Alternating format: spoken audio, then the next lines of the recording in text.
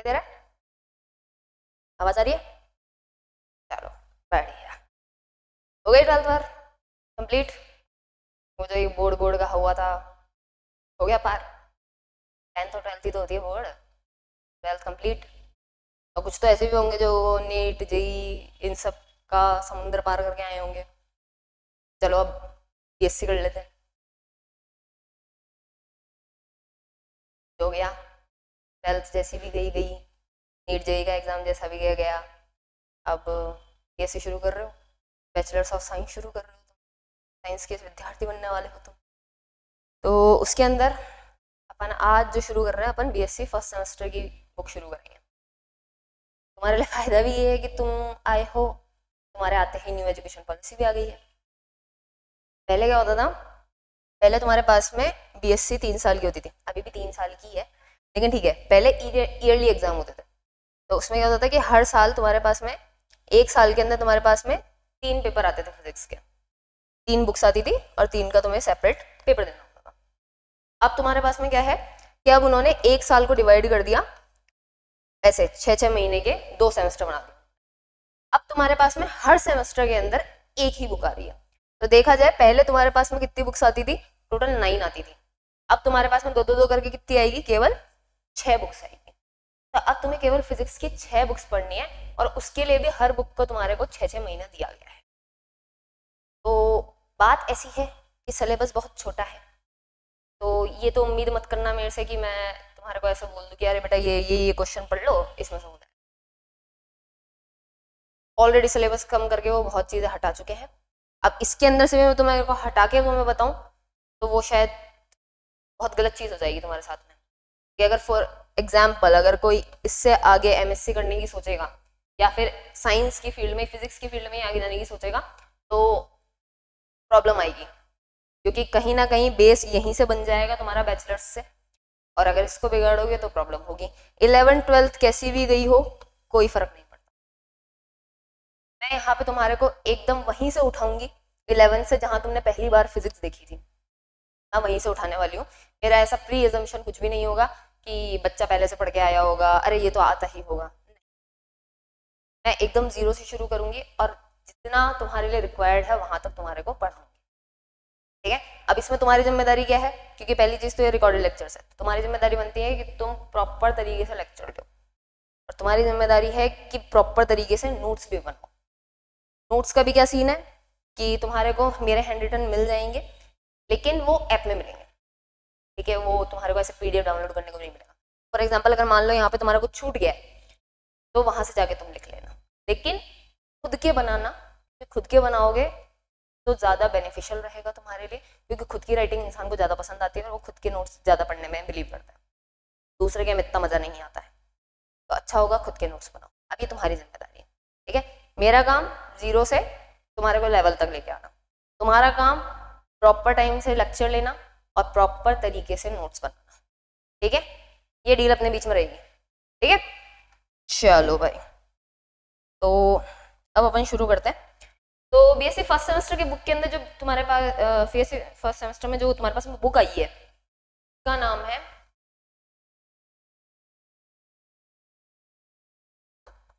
Mechanics and oscillation. Hindi में इसे बोलते हैं यांत्रिकी एवं दोलन।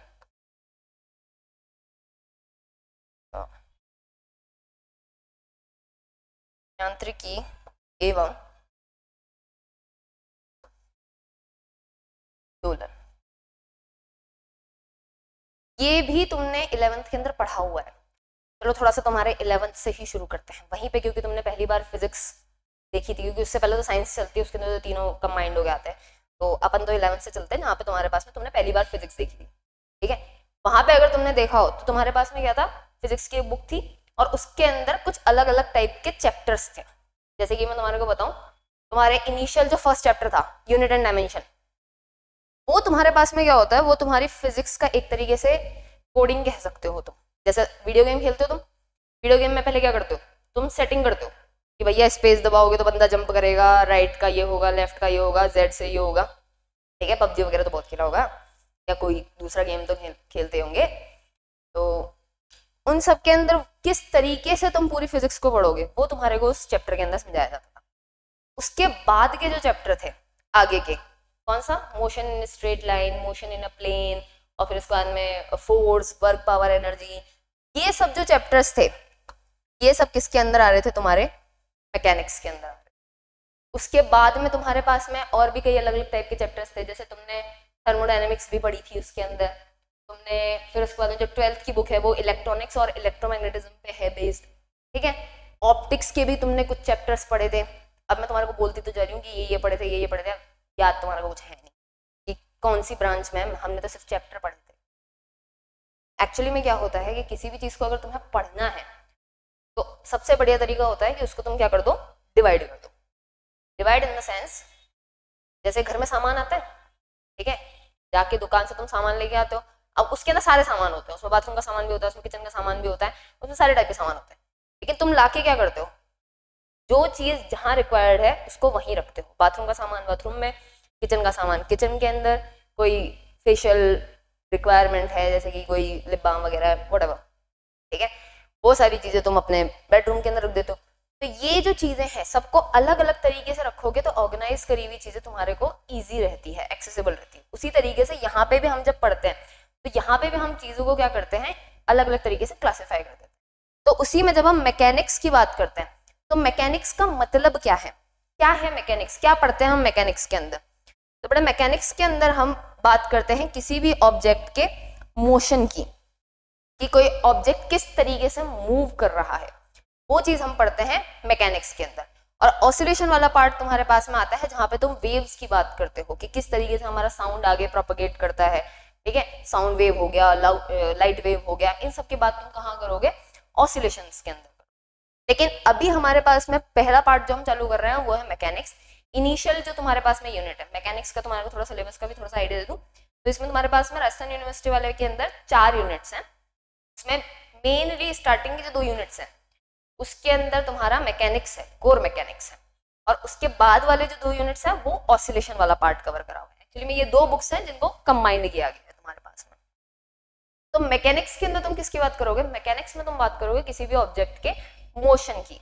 जैसे कि तुमने स्ट्रेट लाइन में मोशन पढ़ा कि ऑब्जेक्ट सीधी लाइन में जा रहा है, ठीक है। सेकंड तुमने पढ़ा मोशन इन अ प्लेन, जिसके अंदर प्रोजेक्टाइल तुमने काफी पढ़ा। अगर किसी ने आईआईटी वगैरह की तैयारी करी है तो उन्होंने तो प्रोजेक्टाइल भर भर के पढ़ा होगा क्योंकि उसी से क्वेश्चन बन के आते हैं, तो वहां पे तुम प्रोजेक्टाइल पढ़ते हो। फिर उसके बाद में तुमने पढ़ा कि क्यों भाई किस तरीके से तुम्हारे पास में मोशन, फोर्स वगैरह के बारे में तुमने न्यूटन्स इक्वेशन ऑफ मोशन पढ़ी, तुमने न्यूटन्स लॉ ऑफ मोशन पढ़े। जहां पे भी ऑब्जेक्ट के मोशन की बात आएगी वो कौन सी फील्ड होगी तुम्हारी, वो होगी तुम्हारी मैकेनिक्स। तो मैकेनिक्स की अगर हम डेफिनेशन की बात करें कि मैकेनिक्स क्या होती है, हिंदी में इसे बोलते हैं यांत्रिकी। अब थोड़ा सा नोट्स की भी मैं बात कर दूं, देखो लिखने वाला काम तो मैं यहाँ पे इंग्लिश में करूंगी लेकिन हिंदी का अपन तुम्हारे को बोलेगा, ठीक है। अभी थोड़ा सा एक 5-10 मिनट तो क्या बोलूँ मैं, 15-20 मिनट के अंदर देख लेना, तुम्हारे को समझ में आ जाएगा किस तरीके से मैं हिंदी वालों को लिखवाऊंगी, तो प्रॉपर तरीके से नोट्स बना, ठीक है। तो अब चलो मैकेनिक्स की बात करते हैं। मैकेनिक्स क्या होती है, it is a branch of physics which deals with the motion of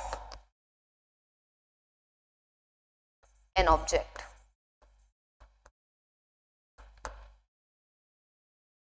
Hindi वाले लिखो यांत्रिकी, जैसे यहाँ पे मैंने मैकेनिक्स लिखा है ना वैसे ही तुम यहाँ पे लिखो यांत्रिकी।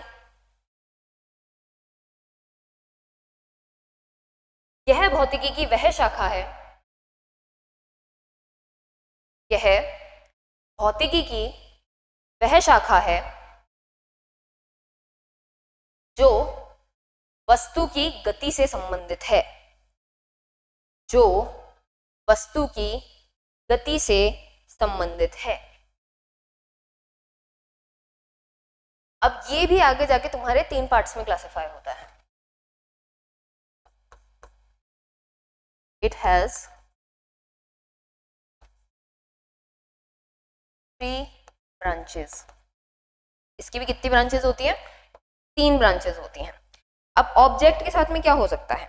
ऑब्जेक्ट मूव कर रहा है, ठीक है, तो अब एक तो हो सकता है कि उस पर फोर्स लग रहा हो. जैसे कि फॉर एग्जांपल मैं तुम्हारे घर में बड़ी सी अलमारी है, ठीक है, अब तुम उसको धक्का देते हो, क्या वो चलने लग जाती है?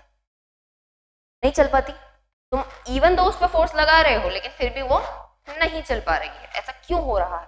क्योंकि वहां पे कोई और फोर्स भी है जो कि तुम्हारे फोर्स का अपोज कर रहा है और उस टाइम पे वो ऑब्जेक्ट इक्विलिब्रियम में है. फोर्सेस क्या हो रहे हैं? बैलेंस हो रहे हैं.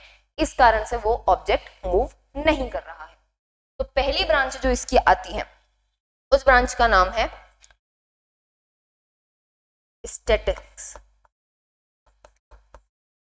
हिंदी में से बोलते हैं स्थैतिकी. क्या बोलते हैं? स्थैतिकी.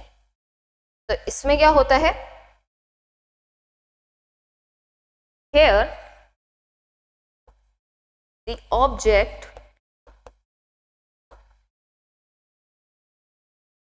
remain in equilibrium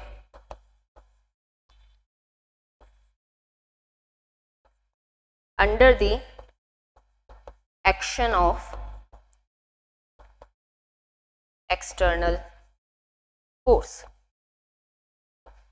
यानी कि बाहर से फोर्स लग रहा है लेकिन फिर भी वो ऑब्जेक्ट मूव नहीं कर रहा है. तो इसको हिंदी में लिखो स्थैतिकी और उसमें लिखो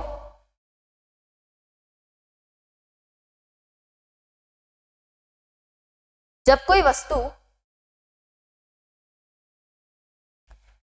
वस्तु बाह्य बल की क्रिया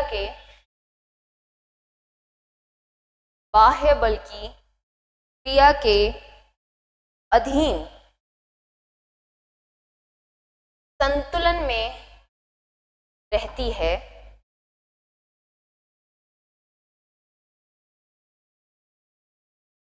जब कोई वस्तु बाह्य बल की क्रिया के अधीन संतुलित अवस्था में रहती है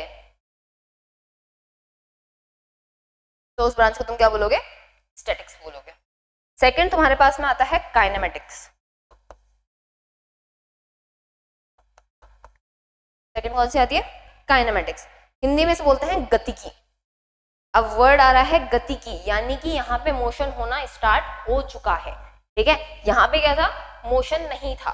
इवन दो फोर्स लग रहा था लेकिन मोशन नहीं था. यहाँ पे क्या होगा? तुम्हारे पास में मोशन होना शुरू हो जाएगा. लेकिन यहाँ पे तुम इस बारे में बात नहीं करोगे कि मोशन हो किस कारण से रहा.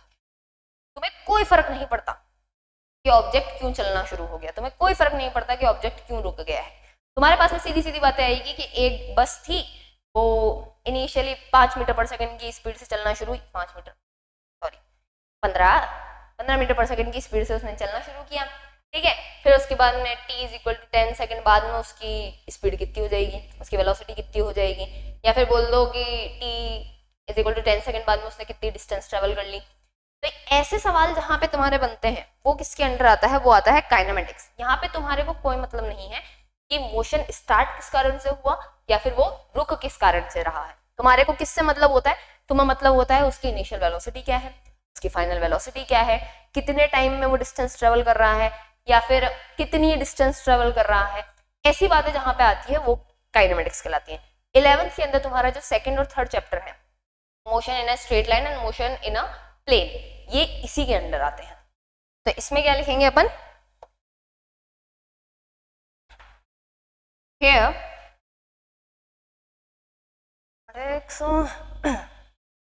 here we study the motion of object without considering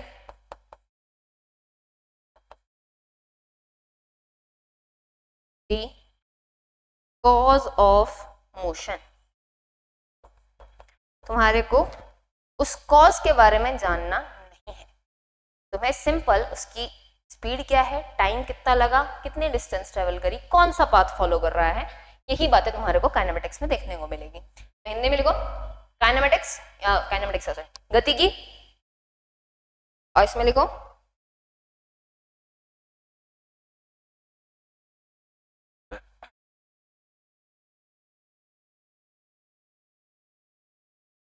यहां वस्तु की गति का अध्ययन, यहां वस्तु की गति का अध्ययन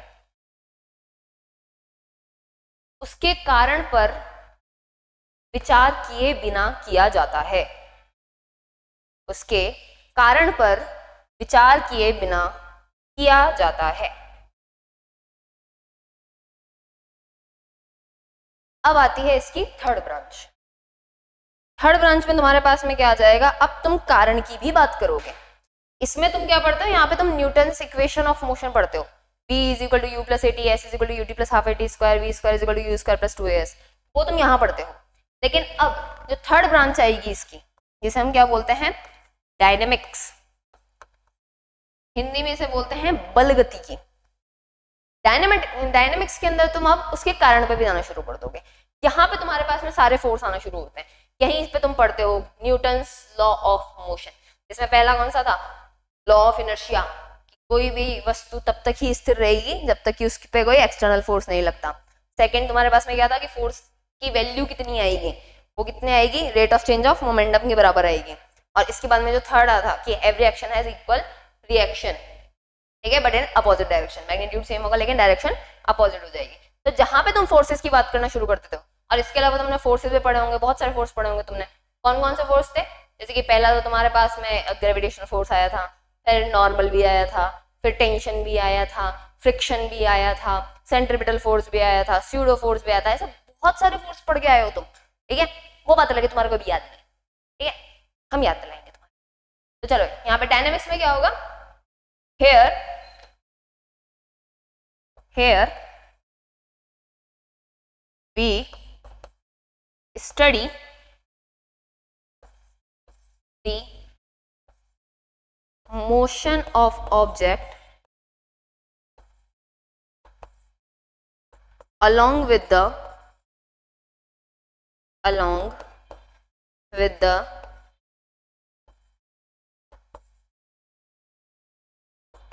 consideration of the cause of motion, यानी कि अब यहाँ पे तुम वो कारण जानोगे। जैसे कि फॉर एग्जाम्पल मैं यहाँ पे खड़ी हूँ, ठीक है, या फिर तुम भी अगर कहीं बैठे हो, तुम क्यों बैठे हो, तुम क्यों धरती पे चल पाते हो। बचपन में ये क्वेश्चन आया होगा ना कि हम धरती पे क्यों चल पाते हैं, हम चंद्रमा पे क्यों नहीं चल पाते, तो क्या बोलते हैं कि ग्रेविटी का इफेक्ट है, ग्रेविटी नीचे से खींच रही है, इस चक्कर में हम आराम से चल पाते हैं। अब एक छोटा सा सवाल है मेरा, एक बात बताओ, जैसे तुम यहाँ खड़े हो, ठीक है, अब किसी इंसान ने तुम्हारा हाथ यहाँ से पकड़ रखा है, ये है, और कोई तुम्हारे को खींच रहा है इस तरफ, ठीक है, तो क्या तुम इधर जा पाओगे, जब तक वो आदमी तुम्हारे जितनी हिम्मत है, अगर उससे ज्यादा वो पकड़ के तुम्हारे को उस फोर्स से उधर खींच रहा है, क्या तुम इधर मूव कर पाओगे। उसी तरीके से अगर केवल ग्रेविटी ही है, जैसे कि मान लो ये अर्थ सरफेस हो गया, ठीक है, अब यहाँ पे ये तुम खड़े हो, ठीक है, तुम खड़े हो, अब अगर तुम खड़े हो और केवल ग्रेविटी ही लग रही है, तो यानी कि ग्रेविटी ने तो तुम्हें बांध दिया, फिर तुम कैसे चल पा रहे हो। बात क्या है, ये यहाँ से तुम्हारे ऊपर नॉर्मल भी लगता है, ये नॉर्मल फोर्स भी लगता है, और जब ये दोनों तुम्हारे पास में क्या होते हैं, बैलेंस होते हैं, नीचे की साइड कौन सा लगता है, mg लगता है, और जब mg और नॉर्मल बैलेंस होते हैं तब तुम इजीली क्या कर पाते हो, मूव कर पाते हो। अगर मान लो नीचे वाला फोर्स ज्यादा है, ग्रेविटी ज्यादा लग रही है, तो तुम्हारा एक्सेलरेशन कहाँ होगा, नीचे, तुम नीचे धंस जाओगे। अगर मान लो नॉर्मल ज्यादा हुआ तो तुम ऊपर आसमान में उड़ने लग जाओगे। तो कारण ग्रेविटी नहीं है, कारण है फोर्सेस का इक्विलिब्रियम, कि वो दोनों फोर्स आपस में बैलेंस है, और इस कारण से तुम इजीली क्या कर पा रहे हो, चल पा रहे हो।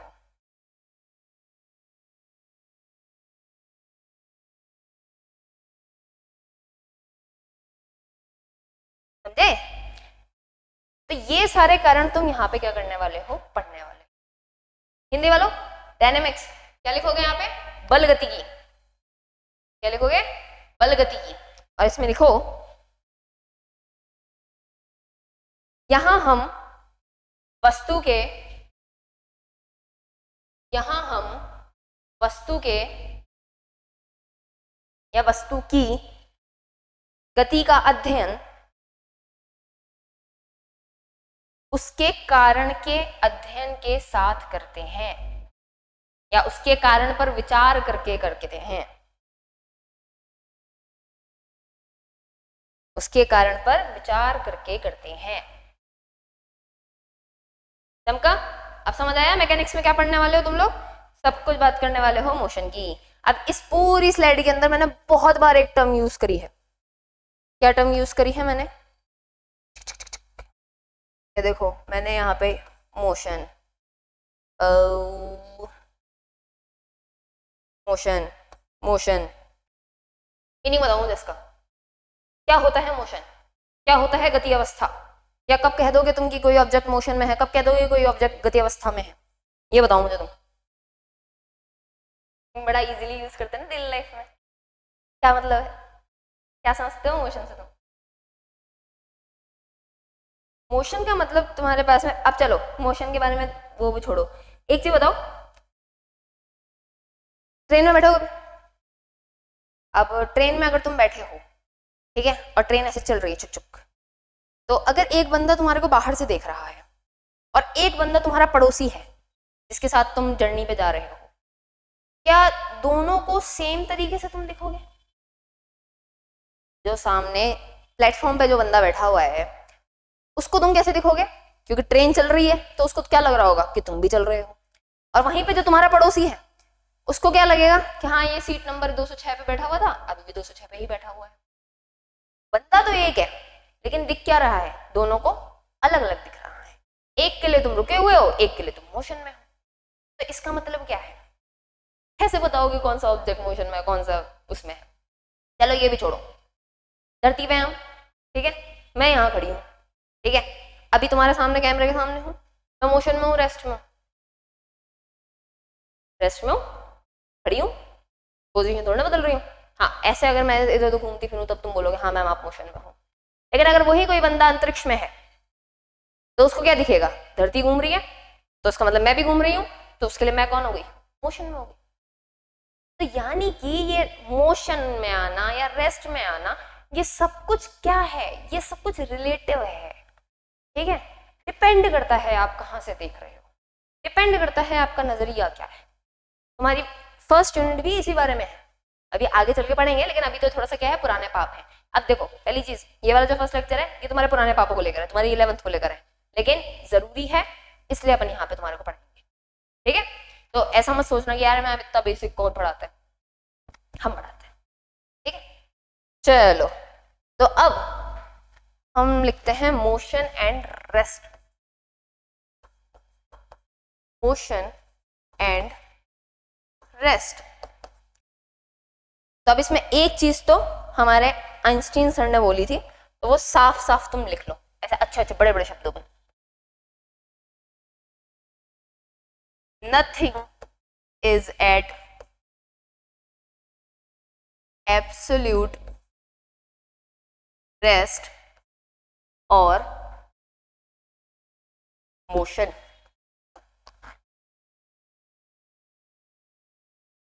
Things just move relative to each other। तुम ऐसा कभी भी नहीं कह सकते हो कि कोई चीज एब्सोल्यूट रुकी हुई है या कोई मोशन में ही है, बस हर चीज एक दूसरे के हिसाब से मोशन में है और रेस्ट में है। हिंदी में लिखो विराम तथा गति, विराम तथा गति। इसमें लिखो कोई भी वस्तु पूर्णतः गतिमान या स्थिर नहीं होती है, कोई भी वस्तु पूर्णतः गतिमान या स्थिर नहीं होती है। चीजें बस एक दूसरे के सापेक्ष चीजें बस एक दूसरे के सापेक्ष गति करती हैं।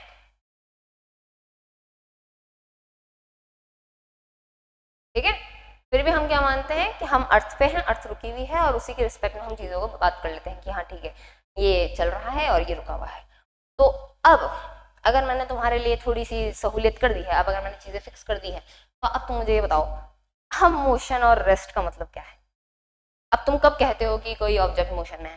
फॉर एग्जाम्पल मैं यहाँ पे हूँ, ठीक है, अब चल रहे हैं, तो ये जो तुमने ऐसे बोल दिया कि मैं चल रही हूँ, इसको क्या बोलोगे तुम, कैसे बोलोगे, बुक के अंदर क्या लिखोगे, अरे हाँ मैम को हमने चलते देखा तो इसलिए वो चलायमान है, ये बोलोगे। क्या चेंज हुआ मेरा यहाँ पे, यहाँ से यहाँ तक आने में ऐसी कौन सी क्वांटिटी चेंज हो गई मेरी। अब थोड़े क्या फिजिक्स के बच्चों ना, फिजिक्स की तरह बातें करो। ठीक है, क्या चीज चेंज हो गई, क्या मेरी शक्ल बदल गई, क्या मेरे कपड़े बदल गए, क्या बदल गया ऐसा, मेरा पोजीशन बदल गया, मेरी स्थिति बदल गई। मैं पहले यहाँ खड़ी थी, ये मेरी स्थिति थी, ठीक है, यहाँ पे अब आ गई, यहाँ पे मेरी पोजीशन। तो जब ऑब्जेक्ट की पोजीशन चेंज होती है तो उसी को हम क्या बोलते हैं कि ऑब्जेक्ट मोशन में है। और अगर मान लो मैं यहाँ पे आई हूँ और पहली स्टार्टिंग के पहले सेकंड से लेके लेक्चर के आखिरी मिनट तक मैं यहीं खड़ी हूँ, तो तुम मुझे क्या बोल दोगे कि मैं रेस्ट में, हालांकि मेरे हाथ पैर चल रहे होंगे तो तुम नहीं कह सकते हो रेस्ट में, लेकिन फिर भी क्या बोल दोगे कि हाँ ठीक है यहाँ पे मेरे कोऑर्डिनेट्स चेंज हो रहे हैं, यहाँ पे मेरा मोशन है, यहाँ पे मेरी पोजीशन चेंज हो रही है, तो तुम उस कंडीशन को बोलोगे कि मैम हाँ आप मोशन में हो। तो मोशन की डेफिनेशन क्या हुई बेटा,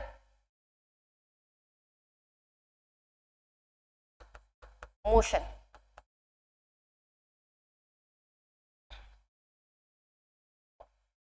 एक तो ना इसके वायर में ही अटक के मैं किसी दिन गिर की फीलिंग आ रही है मुझे कि इस माइक के अंदर रपटेंगे अपन।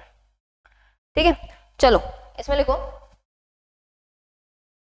If the position of particle changes with respect to, ये WRT का मतलब होता है with respect to, ठीक है, ये इतना बड़ा नहीं लिखा है मैंने, यहाँ पे WRT लिख दिया मैंने, changes with respect to time, then it is said to be in motion। Hindi में लिखो गतिमान। यदि किसी कण की स्थिति, यदि किसी कण की स्थिति समय के सापेक्ष बदलती है तो उसे हम गतिमान कहते हैं, या फिर उसे हम गतिमान अवस्था में कहते हैं। तो उसी तरीके से रेस्ट को तुम क्या बोलोगे,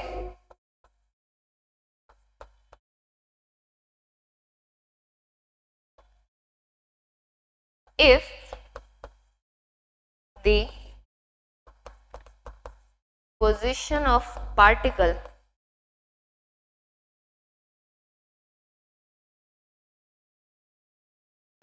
doesn't change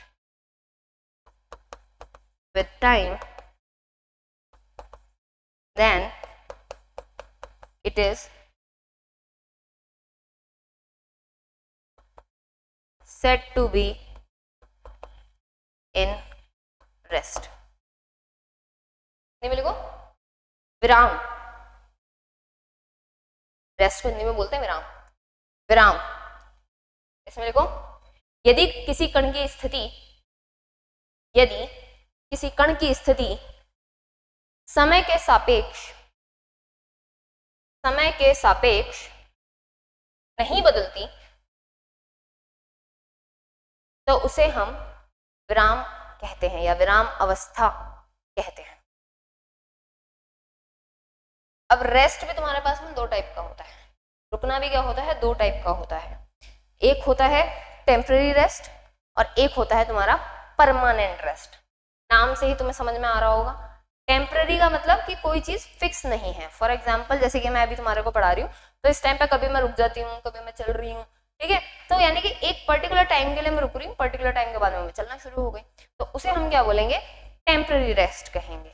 लेकिन वहीं पे अगर किसी ऑब्जेक्ट का मोशन ऑल टाइम के लिए खत्म हो जाए, यानी कि अगर उनका गुड्डे हो जाए, ठीक है, तो उसे हम क्या बोलेंगे, वो परमानेंट रेस्ट के अंदर है, समझे। तो अब इसके अंदर लिखो, rest are of two types, rest are of two types, विराम दो प्रकार के होते हैं, विराम दो प्रकार के होते हैं।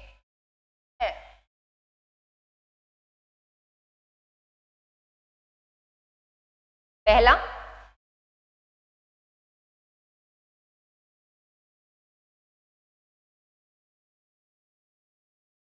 टेम्परेरी रेस्ट और सेकंड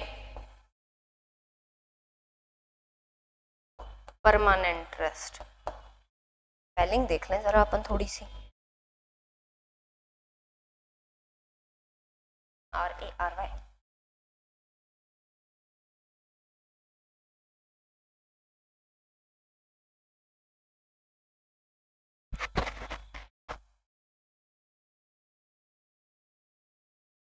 टेम्परेरी रेस्ट और ये हो गया परमानेंट रेस्ट। टेम्परेरी रेस्ट का मतलब कि टाइम के साथ में ऑब्जेक्ट की पोजीशन क्या हो सकती है, बदल सकती है। तो इसमें लिखा होगा, if particle is rest but it can change, भैया फाइन चाहिए, पार्टिकल इज एट रेस्ट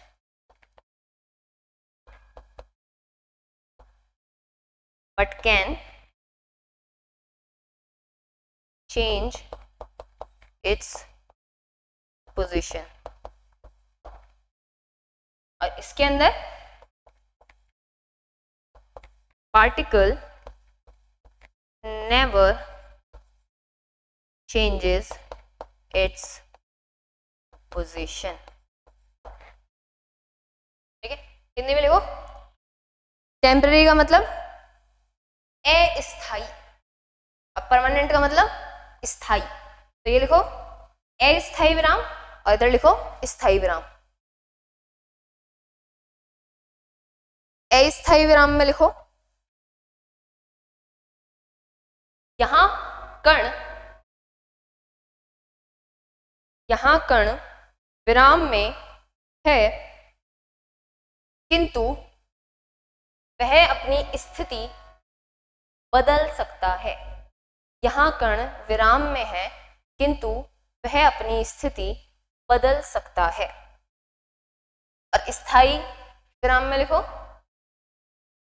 कण कभी भी अपनी स्थिति नहीं बदलता, कण कभी भी अपनी स्थिति नहीं बदलता।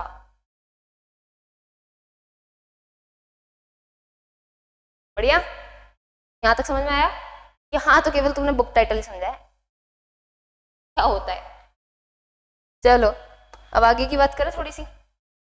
अब यहाँ पे भी इस स्लाइड में मैंने एक टर्म यूज करा है, अब तुम उसका मीनिंग बताओ मेरे को कि भैया इसका मीनिंग क्या है। यार मैम क्या कर रहे हो, हर के अंदर से कुछ एक टर्म निकाल देते हो। Position, position, position, position. किसी भी ऑब्जेक्ट की पोजीशन को कैसे बताया जाता है? यहाँ पे इतनी बार पोजीशन पोजीशन ने बोल तो दिया, कैसे बताओगे कि कोई ऑब्जेक्ट कहाँ है, क्या है उसकी पोजीशन? एक तो तुमने मैथ्स पढ़ी है, ऐसा मैं मान के चल रही हूँ कि तुम्हें थोड़ी बहुत मैथ्स तो आती है। फिजिक्स चलो नहीं आती, थोड़ी बहुत मैथ्स तो तुम्हें आती है, और कुछ होंगे जिनको फिजिक्स भी आती होगी। तो मैथ्स में तुमने कोऑर्डिनेट्स ऐसा कुछ पढ़ा था, कोऑर्डिनेट सिस्टम टाइप कुछ पढ़ा था, ऐसे कुछ ऐसे बनाते तो तुम ये एक्स एक्सिस होती थी, ये वाई होती थी और ये जेड होती थी, फिर तुम्हारे को ऐसे कोई नंबर दे देते थे 2,3, क्या होता था जैसे 2,3, तो तुम क्या करते थे एक्स पे ऐसे डिवाइडेशन करते थे, ये 1 हो गया ये 2 हो गया। ग्राफ कॉपी नहीं आती थी क्या 3 4 5, अब यहाँ पे भी ऐसे होता था ये 1 2 3 4, अब क्या करना है 2,3, तो एक्स पे 2 और वाई पे कितना 3, तो यानी कि ये पॉइंट है जिसकी हम बात कर रहे हैं। ऐसे ऐसे भी करते थे, ऐसे डॉट डॉट डॉट डॉट लगा के ऐसे करते थे। 3 डायमेंशन में भी होता था, 3 डायमेंशन में क्या होता था ये थोड़ा सा आउटर साइड में निकल के आ जाता था, राइट। तो ये जो तुम बता रहे होते थे ये तुम क्या बताते थे, उस पर्टिकुलर पॉइंट की लोकेशन ही तो बताते थे। तो ये जो लोकेशन बताने का तरीका है इसे हम क्या बोलते हैं, कोऑर्डिनेट सिस्टम बोलते हैं, जो कि हम मैथ्स में पढ़ते हैं। और इसी का यूज करके हम फिजिक्स के अंदर भी किसी ऑब्जेक्ट की पोजीशन को बताते हैं। और ये कैसे बताते हैं, वेक्टर, सदिश, सुना सुना लग रहा है ना, सदिश, वेक्टर, क्या होता है वेक्टर,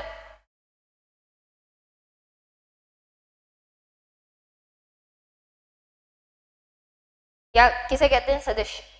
सदिश वो क्वांटिटी, पहली बार ही सुना तुमने, ये भी 11th में सुना था तुमने पहली बार में, ये क्या होता है ये सदिश वो क्वांटिटी है जिनके पास में मैग्नीट्यूड भी होता है, जिनको डायरेक्शन की भी जरूरत पड़ती है, और वहीं पे स्केलर या फिर अदिश वो क्वांटिटी होती है जिनको केवल केवल मैग्नीट्यूड चाहिए होता है। जैसे ये फॉर एग्जांपल 5 किलो चीनी, तो ये जो 5 किलो था ये वेट का मेजरमेंट, ये क्या है, ये स्केलर क्वांटिटी है।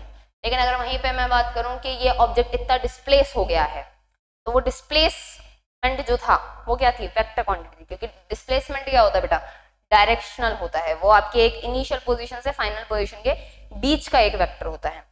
उसी तरीके से अब यहाँ पे हाँ डिस्टेंस और डिस्प्लेसमेंट ये ही हेडिंग है तुम्हारी, कि डिस्टेंस तो क्या होती है स्केलर क्वांटिटी होती है, लेकिन वहीं पे डिस्प्लेसमेंट तुम्हारे पास में क्या होता है एक वेक्टर क्वांटिटी होती है, क्योंकि वो एक डायरेक्शन है। और वहीं पे डिस्टेंस क्या है, टोटल मेजरमेंट कर लो कि कितनी दूरी तुमने चली है, वो तुम्हारे पास में एक लेंथ ऑफ द पाथ जिसे हम कहते हैं, वो होता है तुम्हारे पास में डिस्टेंस।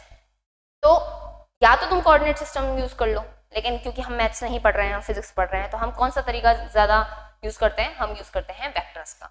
तो अब यहाँ पे हम कार्टेशियन कोऑर्डिनेट्स के अंदर उन्हीं वेक्टर्स की बात करने वाले हैं कि किसी भी ऑब्जेक्ट की पोजीशन को डिफाइन करने के लिए जो वेक्टर बनता है वो कैसे बनता है, या फिर वो वेक्टर किस तरीके से उसका मैग्नीट्यूड बता देगा, किस तरीके से उसकी डायरेक्शन को बता देगा, या फिर उसी पोजीशन की वैल्यू अगर आपको पता है उस पोजीशन वेक्टर की, तो उससे आप कैसे वेलोसिटी निकाल दोगे, कैसे आप एक्सेलरेशन निकाल दोगे, वो अभी अपन आगे बढ़ेंगे।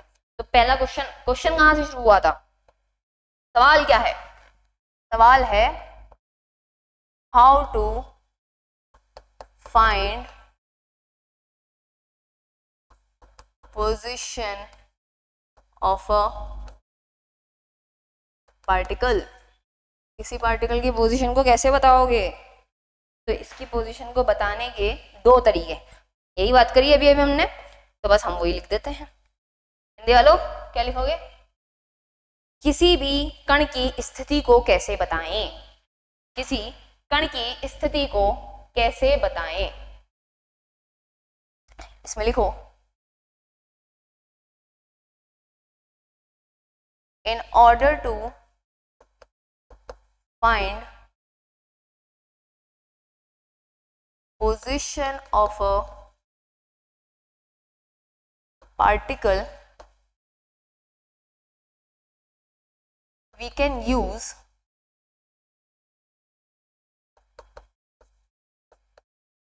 coordinate system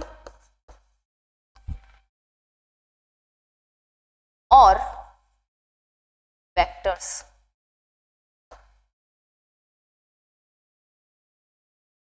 किसी भी कण की स्थिति को बताने के लिए, किसी भी कण की स्थिति को बताने के लिए हम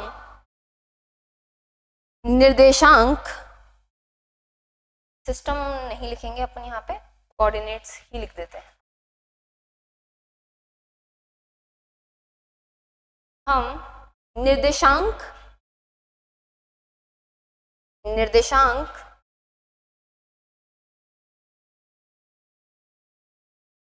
या सदिशों का प्रयोग करते हैं,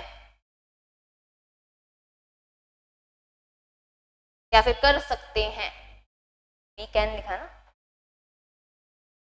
सदिशों का प्रयोग कर सकते हैं। तो आज अपन वही कोऑर्डिनेट सिस्टम पढ़ने वाले हैं, और उसमें भी अपन कौन सा पढ़ने वाले हैं, कार्टेशियन कोऑर्डिनेट सिस्टम। ऐसा नहीं है कि कार्टेशियन कोऑर्डिनेट सिस्टम ही एक अकेला कोऑर्डिनेट सिस्टम है जिससे कि तुम किसी ऑब्जेक्ट की पोजीशन बताते हो, और भी होते हैं, जैसे कि मैथ्स में तुमने पढ़ोगे या तो पढ़ लिया होगा या पढ़ोगे, पोलर कोऑर्डिनेट भी होता है जिसमें किसी भी ऑब्जेक्ट की पोजीशन को बताने के लिए तुम क्या करते हो, आर और थीटा, जैसे कि कार्टेशियन में क्या होता है, एक्स वाई जेड कोऑर्डिनेट्स होते हैं, उसके अंदर पोलर की बात हो रही है तो वहां पे क्या होता है, आर और थीटा यूज होता है, यानी कि वो एक तरीके से एक सर्कल में कोऑर्डिनेट सिस्टम होता है। तो जैसे कि यहाँ पे ये कोऑर्डिनेट सिस्टम है, अब ऑब्जर्वर तुम्हारा यहाँ पे, ऑब्जर्वर तुम्हारा हमेशा ओरिजिन पे बैठा रहता है, तो ये तुम्हारे पास ऑब्जर्वर का मतलब जो कि उस ऑब्जेक्ट की मोशन को स्टडी कर रहा है, जो देख रहा है कि ये पार्टिकल कहाँ जाएगा, कैसे जाएगा, ठीक है, तो ये ऑब्जर्वर है यहाँ पे। अब वो मान लो पार्टिकल यहाँ पे है, तो ये क्या बताएगा, यहाँ से यहाँ तक की दूरी, ये तो वही हो जाएगा आर, ठीक है, और यहाँ पे कितने एंगल पे है, थीटा, तो ये आर और थीटा को मिला के भी तुम्हारे पास में कोऑर्डिनेट बनता है, और जब ये कोऑर्डिनेट बनता है तो इसको हम क्या बोलते हैं, पोलर कोऑर्डिनेट सिस्टम या फिर ध्रुवीय निर्देशांक तंत्र कहते हैं। इसके अलावा बैचलर्स के अंदर ही पहले जो बुक चलती थी, एमएमपी की चलती थी, मैथमेटिकल मेथड्स के नाम से, ठीक है, उसका तो पहला चैप्टर ही ये था कि तुम और अलग अलग टाइप के कोऑर्डिनेट सिस्टम पढ़ो, तो उसमें 2 कोऑर्डिनेट सिस्टम और आते थे, 2 नहीं एक्चुअली 3 आते थे, अब 3 भी क्या बोलूँ, वो कर्वीलिनियर का ही बनाया हुआ होता है। तो स्फेरिकल भी पढ़ते हो तुम वहाँ पे, और एक स्फेरिकल और सिलेंड्रिकल, ये 2 कोऑर्डिनेट सिस्टम और तुम पढ़ते हो, लेकिन अभी हमारे पास में जरूरत नहीं है इस बुक में, जहाँ पे अगर कभी जरूरत आएगी वहां पे मैं तुम्हारे को उस वक्त करा दूंगी। अभी हमारे पास में कार्टेशियन कोऑर्डिनेट सिस्टम की जरूरत है, तो अभी हम कार्टेशियन कोऑर्डिनेट सिस्टम ही पढ़ेंगे, और मुझे पता है तुम पढ़ चुके हो, तुम्हारे को आता है, तो बस, लेकिन ठीक है, अब रिक्वायरमेंट है, हर किसी को नहीं आता, ये मैं मान के चल रही हूँ, जैसा कि मैंने कहा, तो अपन तो कर पाएगा, बुरा लगे अच्छा लगे अपन कुछ नहीं कर सकता उसके अंदर। चलो अब इसमें लिखो Cartesian coordinate system. Cartesian coordinate system के अंदर ही हम वेक्टर बनाना सीखेंगे, यहाँ पे हम स्फेरिकल वाले या इनके अंदर वेक्टर बनाना नहीं सीखेंगे, उसके अंदर भी वेक्टर्स डिजाइन होते हैं, लेकिन यहाँ पे अभी हम कार्टेशियन कोऑर्डिनेट की बात करेंगे। अभी वैसे तो तुम्हारे को पता होगा क्या होता है कार्टेशियन कोऑर्डिनेट के अंदर, position vector x i cap plus y j cap plus z k cap, ये होता था, इसका मैग्नीट्यूड क्या निकलता था, under root x square plus y square plus z square. Angle कैसे निकालते थे, tan inverse y by x, 2 dimension में होता था, जैसे कि थीटा, अगर ये 2 डायमेंशन में है तो, अदरवाइज इसका डायरेक्शन कैसे निकालते थे, r cap is equal to vector r upon mod of r, ऐसा कुछ पढ़ के आयो, बस यही चीजें अभी अपन निकालने वाले हैं कि भैया ये आती कैसे है। तो पहले तो कोऑर्डिनेट सिस्टम के बारे में ही लिख लेते हैं कि कार्टेशियन कोऑर्डिनेट सिस्टम होता क्या है, कैसे डिफाइन करते हैं भैया। तो इसमें लिखो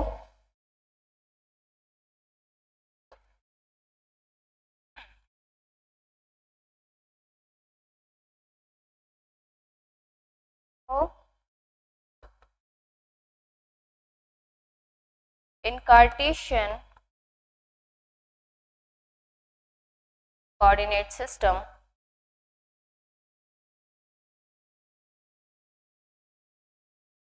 we have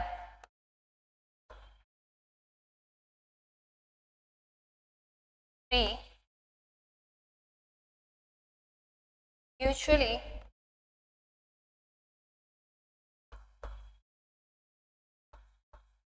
orthogonal axes x, y, z whose direction is given by I cap, j cap, k cap respectively। Hindi में लिखो कार्तीय निर्देशांक तंत्र,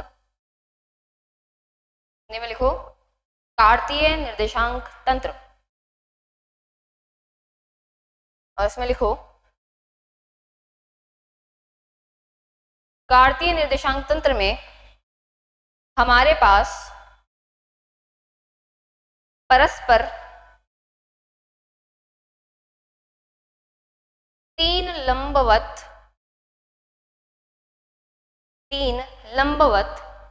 सरल रेखीय अक्ष x, y, z होते हैं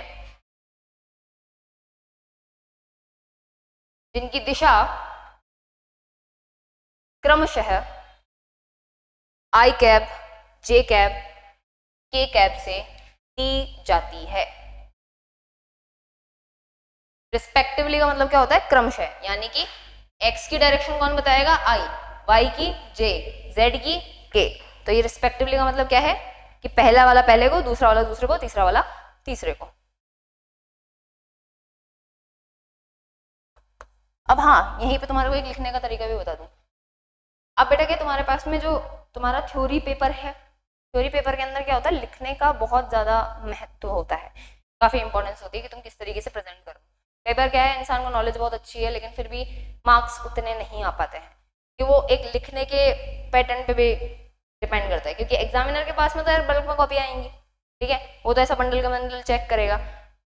राइटिंग ऑफ कोर्स मैटर करती है, ठीक है, लेकिन इस तरीके से पॉइंट वाइज लिखना भी मैटर करता है। अभी तक तुम क्या कर रहे हो? अभी तक तुम निबंध लिखते आए हो, ठीक है, कि ठीक है पूरा का पूरा एक ही उसमें भर दिया, लेकिन अगर उसी चीज को अगर तुम पॉइंट बना के लिखो तो वो ज्यादा अट्रैक्टिव लगता है।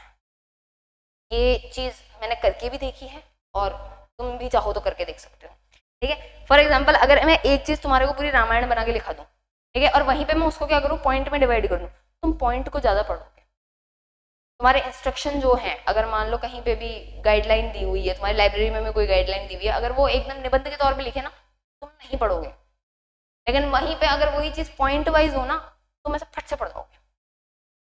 तो इसीलिए अगर चीजों को पॉइंट बना के लिखोगे तो ज्यादा तुम्हारे लिए अच्छा रहेगा, एग्जामिनर के लिए भी अच्छा रहेगा, क्योंकि उसका फोकस जाएगा कि ठीक है, निबंध के अंदर फोकस नहीं जाता, पॉइंट में फोकस जाता है। तो इस तरीके से पॉइंट बना के लिखो। जैसे फॉर एग्जांपल ये लाइन खत्म हो गई मेरी, ठीक है, अब मैं अगर अलग अलग चीज बताऊंगी तो वहां पे मैं अगेन नेक्स्ट एरो बना के दिखाऊंगी। एक एरो लगाना है, एक लगाओ, दो लगाना है, दो लगाओ, तुम्हारी मर्जी है, लेकिन यहाँ पे इस तरीके से एरो पॉइंट वाइज बनाओ कि एक बात हमारी खत्म हो गई है तो ये हमारी एक लाइन थी, अब दूसरे के अंदर दूसरा पॉइंट शुरू करेंगे, समझे? धीरे धीरे, मतलब इस सेमेस्टर के एंड तक सीख जाओगे, लेकिन खुद से भी ट्राई करना ज्यादा बेटर होगा। Orthogonal axis x y z या फिर आई जे के रिस्पेक्टिवली। लेट अस कंसिडर, आगे लिखो, let us consider a point P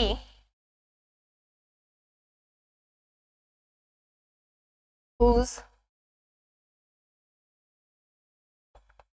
coordinates are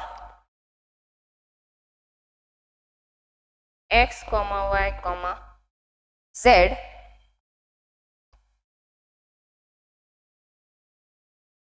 and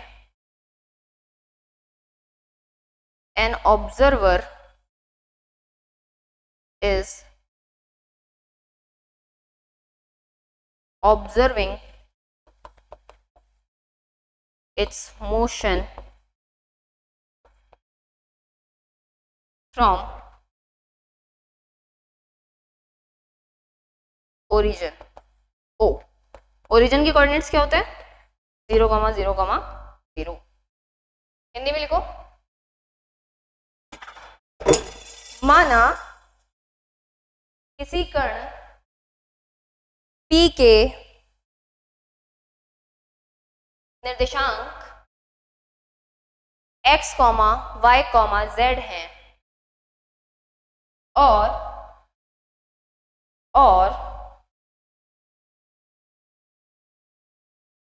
एक प्रेषक, ऑब्जर्वर को हिंदी में बोलते हैं प्रेषक, एक प्रेषक मूल बिंदु, ओरिजिन मूल बिंदु, मूल बिंदु O 0, 0, 0 से बिंदु P को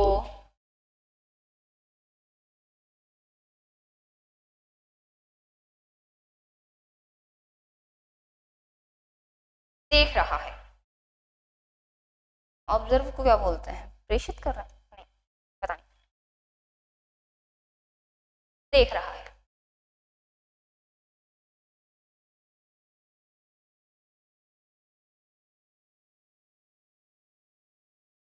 then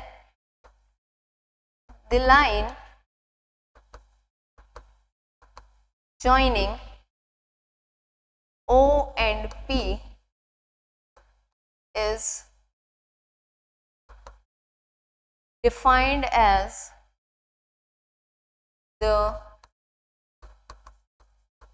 position vector of point P। कौन सी लाइन मैम, किसकी बात हो रही है, समझाते हैं।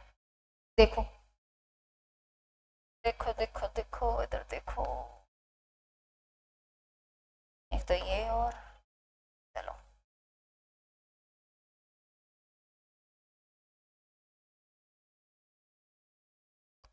ये तुम्हारी x हो गई, तुम्हारी x नहीं, मतलब x एक्सिस हो गई है, सॉरी हाँ, ये तुम्हारी x एक्सिस हो गई, ये तुम्हारी y एक्सिस हो गई और ये तुम्हारी z एक्सिस हो गई।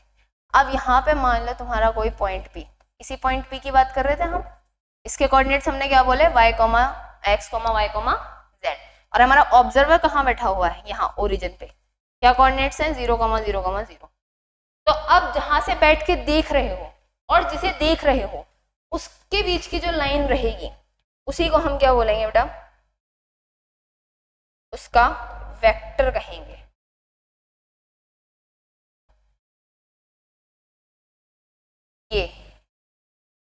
ये जो बना ना, इसे हम क्या बोलेंगे, P का पोजीशन वेक्टर, क्योंकि ये क्या कर रहा है, उसकी पोजीशन बताने का काम कर रहा है। अब वेक्टर के अंदर जो ये वाला जो पॉइंट होता है जहां पे ऑब्जर्वर बैठा है, इसको हम बोलते हैं टेल, और इसको हम क्या बोलते हैं, हेड, हिंदी में पूंछ और सिर। जहां पे ऑब्जर्वर है, जो देख रहा है, उस तरफ क्या रहेगी, टेल रहेगी, और जिसको ऑब्जर्व कर रहा है, जिधर की तरफ जा रहे हैं, वहां पे उसका क्या रहेगा, हेड रहेगा। प्लस ये जो डायरेक्शन है, ये एरो जो आगे लगा हुआ है, ये एरो क्या बताता है कि वो किस डायरेक्शन में है वो ऑब्जेक्ट, और इसकी लेंथ तुम्हारे को क्या बताता है कि वो कितनी दूरी पर है। तो ये लेंथ मैग्नीट्यूड को बताती है और ये तुम्हारे पास में एरो डायरेक्शन को, और जब दोनों मिल जाते हैं तो वही क्या कहलाता है, वेक्टर कहलाता है। ठीक है, लेकिन मैम ये तो कोऑर्डिनेट्स ही हैं, ये वेक्टर तो बने नहीं, तो फिर अब कैसे बनाए, अरे भैया हम बनवाएंगे, तुम काहे टेंशन ले रहे हो, हम बनवाएंगे, अभी हम जिंदा हैं। चलो ये तुम्हारे पास में, ये इधर हम क्या करते हैं, थोड़ा सा परपेंडिकुलर डाल देते हैं। अब ये देखो, ये तुम्हारे को देखने में क्या लग रहा होगा कि ये XY प्लेन में है, ना ना ना ना ना ना, XY प्लेन में नहीं है ये क्या है, ये कहीं ऐसा है। ये देखो XY एक्सिस, ये तुम्हारे को दिखाई दे रही है, हाँ दिखाई दे रही है तुम्हारे को, ये थोड़ी, ये थोड़ा ऊपर पड़ा, हाँ ये थोड़ा दिख रहा है। अच्छा देखो, ये तुम्हारे पास में एक क्या हो गई, एक तुम्हारी x एक्सिस हो गई, y एक्सिस हो गई, और ये तुम्हारी z एक्सिस हो गई। अब ये पॉइंट ना तो इस प्लेन में है, ठीक है, ना ये इस प्लेन में है, ना ये इस प्लेन में है, ये कहीं यहाँ बीच में है। सॉरी, अच्छा सर देख लेंगे ना, मेरे को ये बोलेंगे, हाँ चलो कोई बात नहीं, हाँ यहाँ पे है ना, ये है तुम्हारा कहीं, तो ये तीनों प्लेनों में नहीं है, ये कहीं आसमान में है पॉइंट। तो अगर आसमान में है तो यानी कि इसका कोई ना कोई एक छांव टाइप जो तुम बोलते हो ना, प्रोजेक्शन, वो यहाँ पे आएगी ही आएगी। तो मान लो ये हमारे पास में ये पॉइंट ले लेते हैं, इसको थोड़ा सा छोटा कर लेते हैं हम, ये चलो इसको थोड़ा सा यहाँ तक, थोड़ा सा और लेंगे,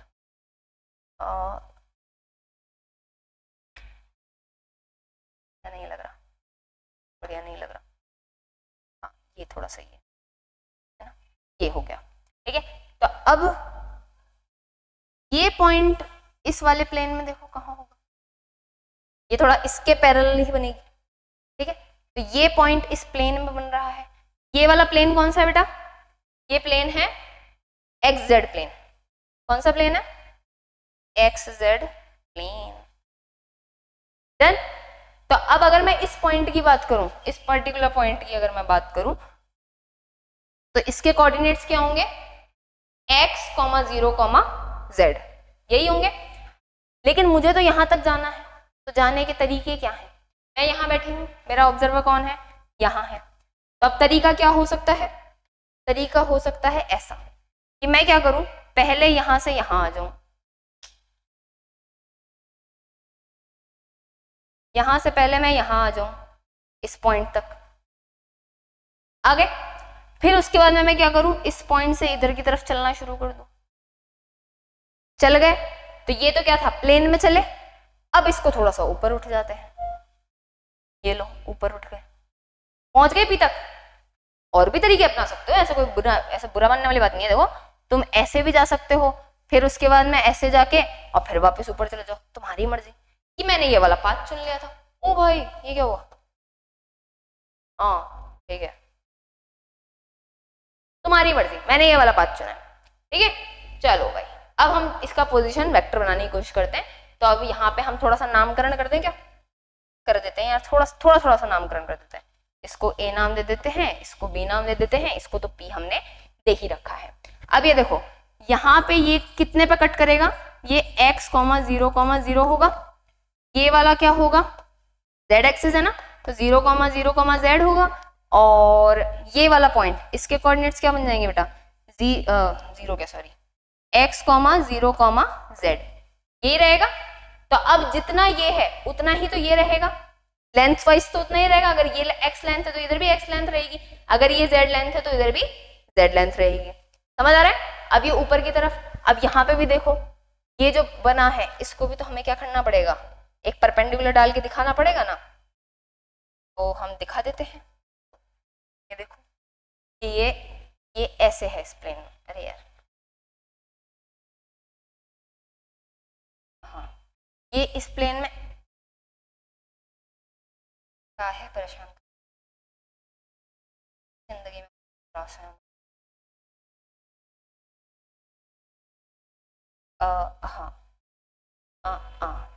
हाँ, ये देखो ये इस प्लेन में है, उसी के पैरेलल। अब देखो ये यहाँ पे, इसको थोड़ा सा और लंबा कर देंगे अभी हम, ये इस प्लेन में है, तो ये भी दोनों क्या है, आपस में पैरेलल है। तो थोड़ा दिखाई दे रहा है, थोड़ा इमेजिन हो पा रहा है कि ये किस तरीके से बाहर है।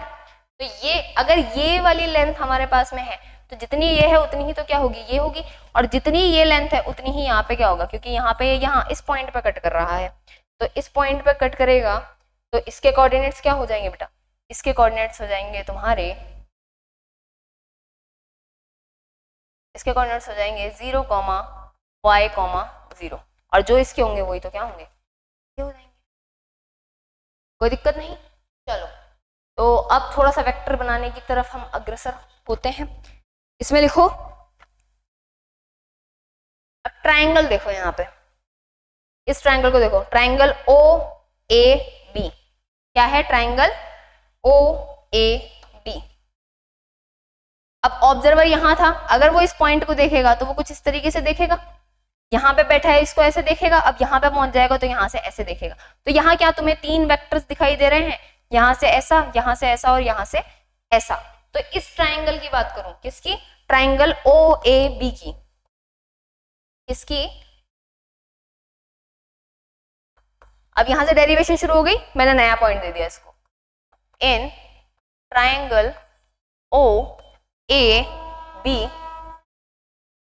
ओ ए बी में क्या होगा, O A plus A B, vector O A plus vector A B is equal to क्या हो जाएगा, ओ बी वेक्टर। कौन सा नियम है ये, कुछ थोड़ा सा याद आ रहा है, एडिशन वाला, वेक्टर्स को कैसे ऐड करते हैं।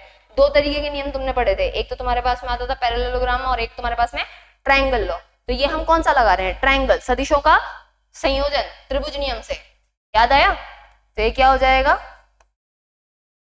Triangle law of vector addition.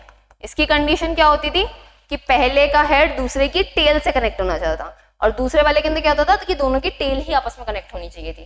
तो इसका हेड इस वाले वेक्टर की टेल से कनेक्ट हो रहा है, तो यही चीज हमने कर दी। अब ये क्या हो जाएगा, ये हमारे पास में वैल्यू हो जाएगी जेड आई कैप, और ए बी वेक्टर किसके बराबर हो जाएगा, एक्स के बराबर है, तो सॉरी जेड का डायरेक्शन क्या आएगी,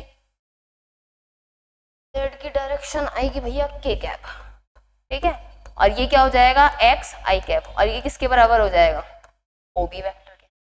अब चलो, अब थोड़ा सा इस वाले ट्रायंगल की बात करते हैं, ये जो आसमान में बना हुआ है, ट्रायंगल ओ बी पी, इसकी triangle O B P. In triangle OBP। OBP में क्या होगा, ये देखो यहाँ से यहाँ ये जुड़ रहा है, यहाँ से यहाँ ये ऊपर जा रहा है और यहाँ से यहाँ मिल रहा है, तो यानी कि इसका हेड इसकी टेल से बन रहा है, तो यानी कि इन दोनों का एडिशन होगा, क्या बन जाएगा, OB plus BP is equal to OP।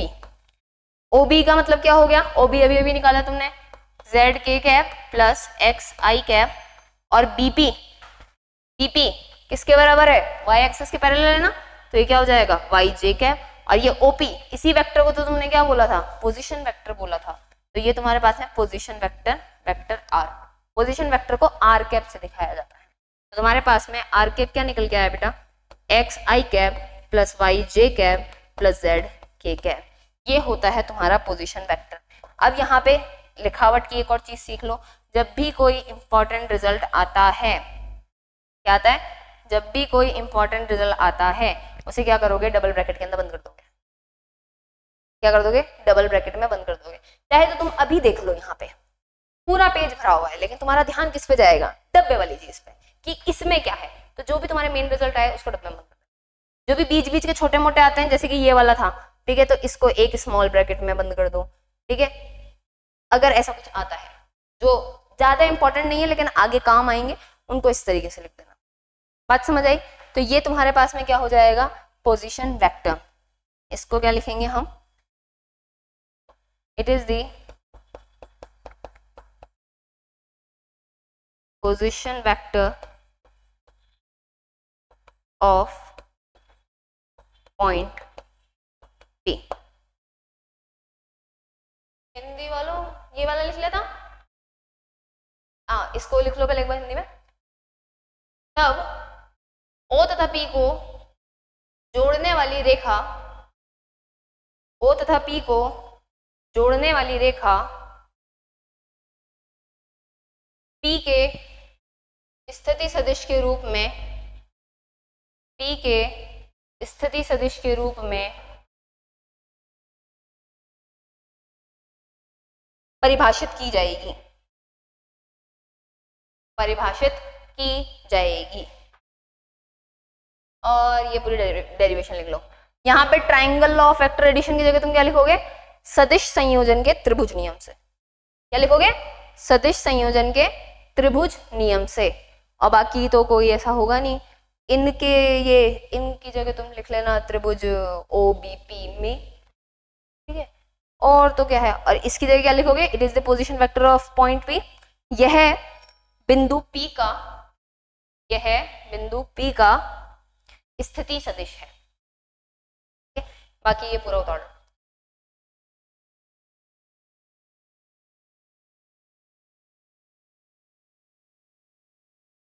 उतार लिया, चलो नहीं भी उतारा तो पॉज करके उतार लो, रिकॉर्डेड है, कौन सी बड़ी दिक्कत आएगी तुम्हारे।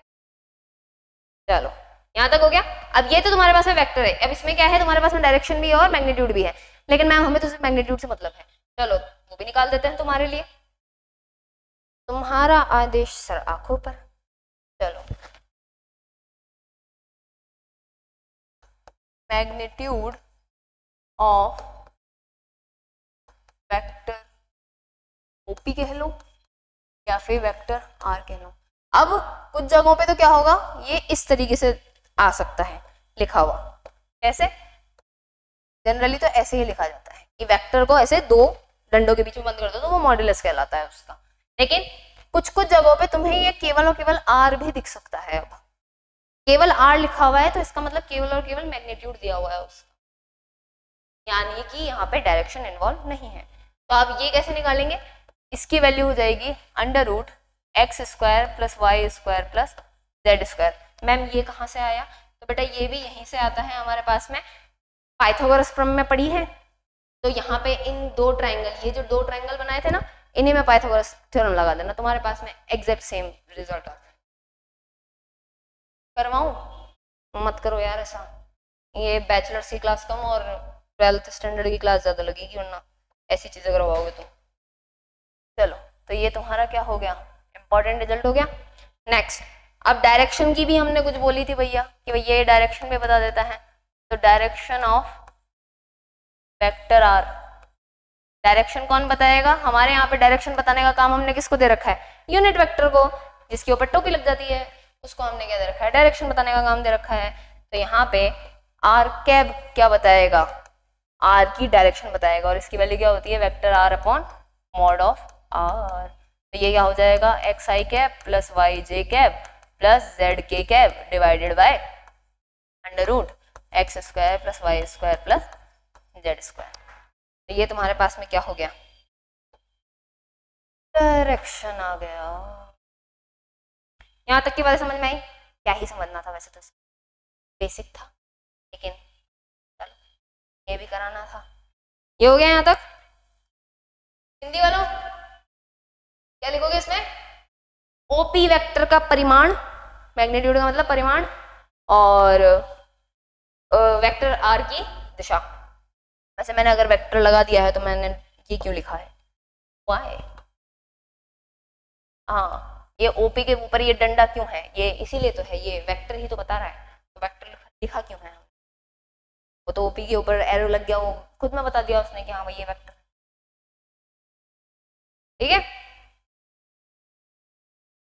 अब मान लो तुम्हारे पास में यहाँ पे तो क्या था? एक फिक्स पॉइंट की हमने पोजीशन की बात करी थी। अब मान लो तुम्हारा पोजीशन क्या हो रहा है? चेंज हो रहा है। तो अगर ऑब्जेक्ट चेंज हो रहा है तो वहां पे क्या निकलेगा? वहां पे डिस्प्लेसमेंट वेक्टर निकलेगा। और सारी कहानी कहाँ से जुड़ेगी? डिस्प्लेसमेंट से निकलेगी। अगर तुम्हारे को किसी ऑब्जेक्ट का डिस्प्लेसमेंट पता है तो डिस्प्लेसमेंट अपॉन टाइम वेलोसिटी हो जाएगा, वेलोसिटी अपॉन टाइम एक्सेलरेशन हो जाएगा। और हमारे को जरूरत भी क्या है? इन्हीं चीजों की तो है। तो हम अब थोड़ी सी डिस्प्लेसमेंट वेक्टर की बात कर ले। चलो अब थोड़ी सी हम बात कर लेते हैं भैया डिस्प्लेसमेंट वेक्टर की।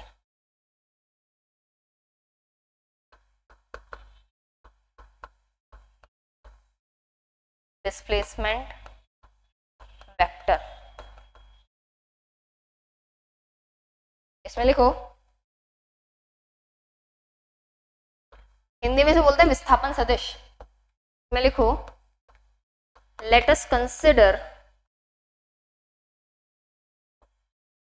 a particle is at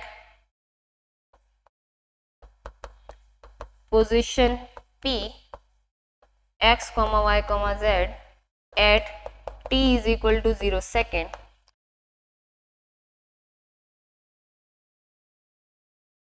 and it moves to position Q, इसको x1 y1 z1 बोल देते, चलो x1 y1 z1, फिर इसको बोल देंगे हम x2 y2 z2, position Q at t is equal to t second. ठीक है, t सेकेंड कुछ भी हो सकता है, 1 सेकेंड 5 सेकेंड 10 सेकेंड, ये हमने जनरलाइज बोल दिया। Move to position Q at t is equal to t second. Then the line joining P and Q will give the displacement vector of that particle, of that particle। इसमें लिखो माना एक कण, माना एक कण t is equal to 0 second पर, t is equal to 0 second पर p x1 y1 z1, p x1 y1 z1 पर स्थित है तथा at t is equal to t second पर, t is equal to t second पर वह q x2 y2 z2 x2 y2 z2 पर आता है, तब p तथा q को P तथा Q को जोड़ने वाली रेखा उस कण के विस्थापन सदिश को दर्शाएगी, उस कण के विस्थापन सदिश को दर्शाएगी।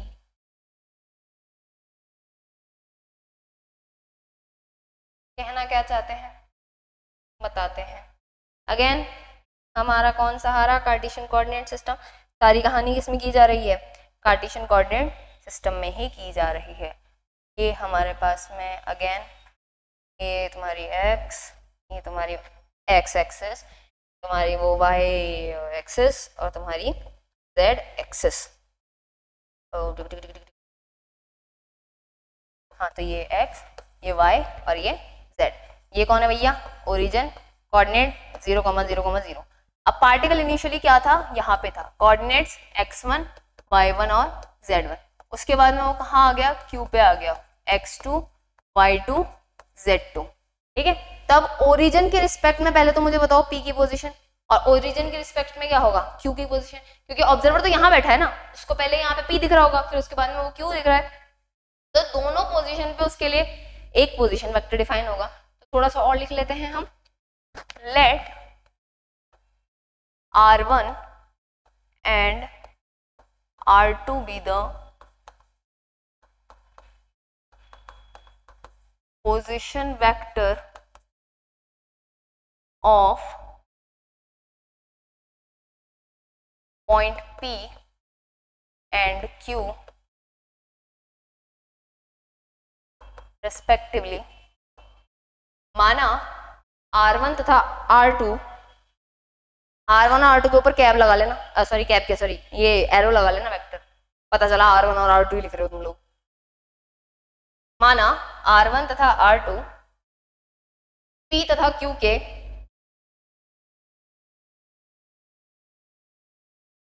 मूल बिंदु के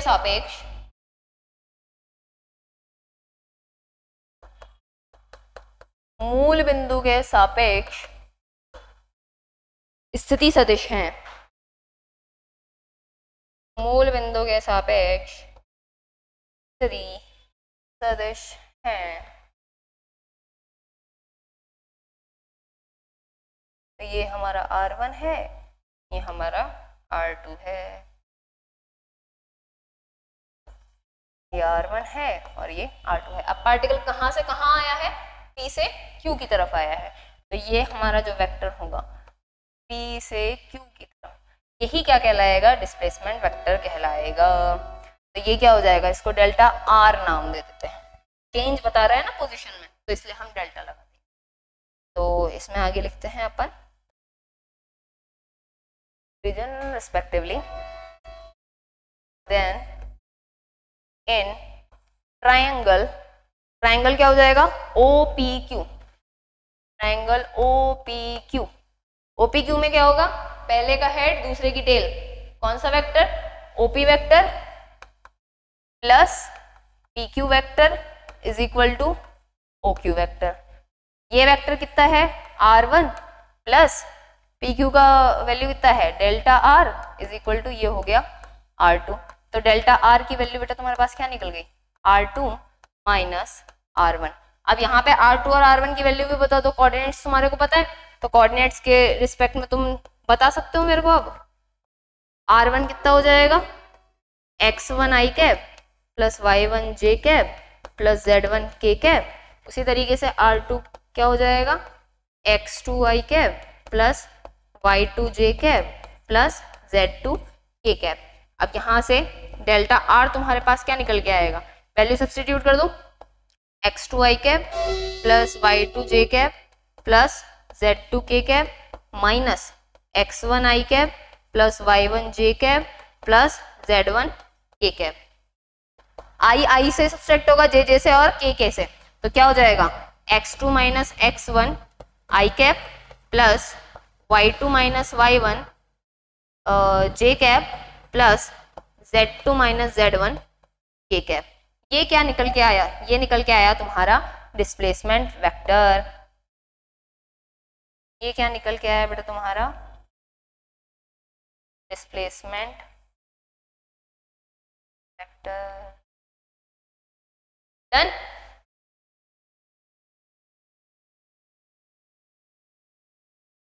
तो छापो, ये क्या है, यहाँ पे लिख लेना साइड में। साइड में क्या मतलब, तुम तो नीचे लिखोगे, मेरे पास जगह नहीं है। इट इज द required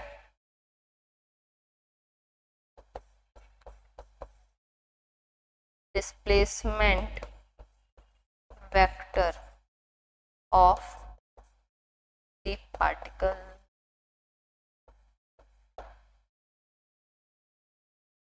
ये लिख लेना।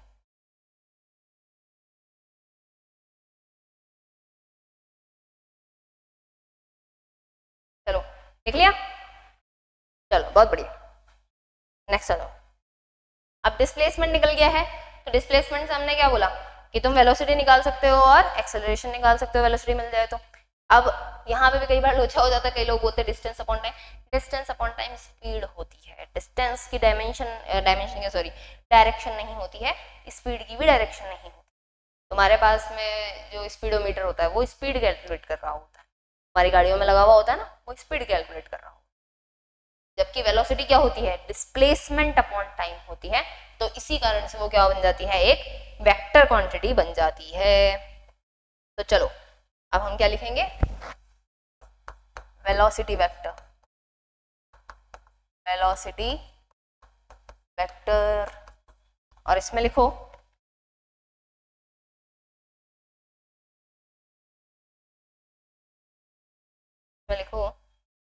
the rate of change of displacement, the rate of change of displacement is called velocity, is called velocity। Rate का मतलब क्या होता है, रेट का मतलब होता है टाइम के रिस्पेक्ट में चेंज होना। क्या होता है, टाइम के रिस्पेक्ट में। एक वर्ड और आता है ग्रेडियंट, ग्रेडियंट होता है पोजीशन के रिस्पेक्ट में चेंज होना। जब काम आएगा तब तुम्हारे को बताएंगे, ठीक है। अब मैथ्स में तुम रेट कैसे बताते हो, डेरिवेटिव करके। चेंज को कौन बताता है, डिफरेंशिएशन पढ़ा है तुमने, तो वही चीज तुम्हारी क्या बताती है, रेट बताती है। तो या तो वेलोसिटी को तुम क्या कर सकते हो, v is equal to delta r by delta t लिख लो।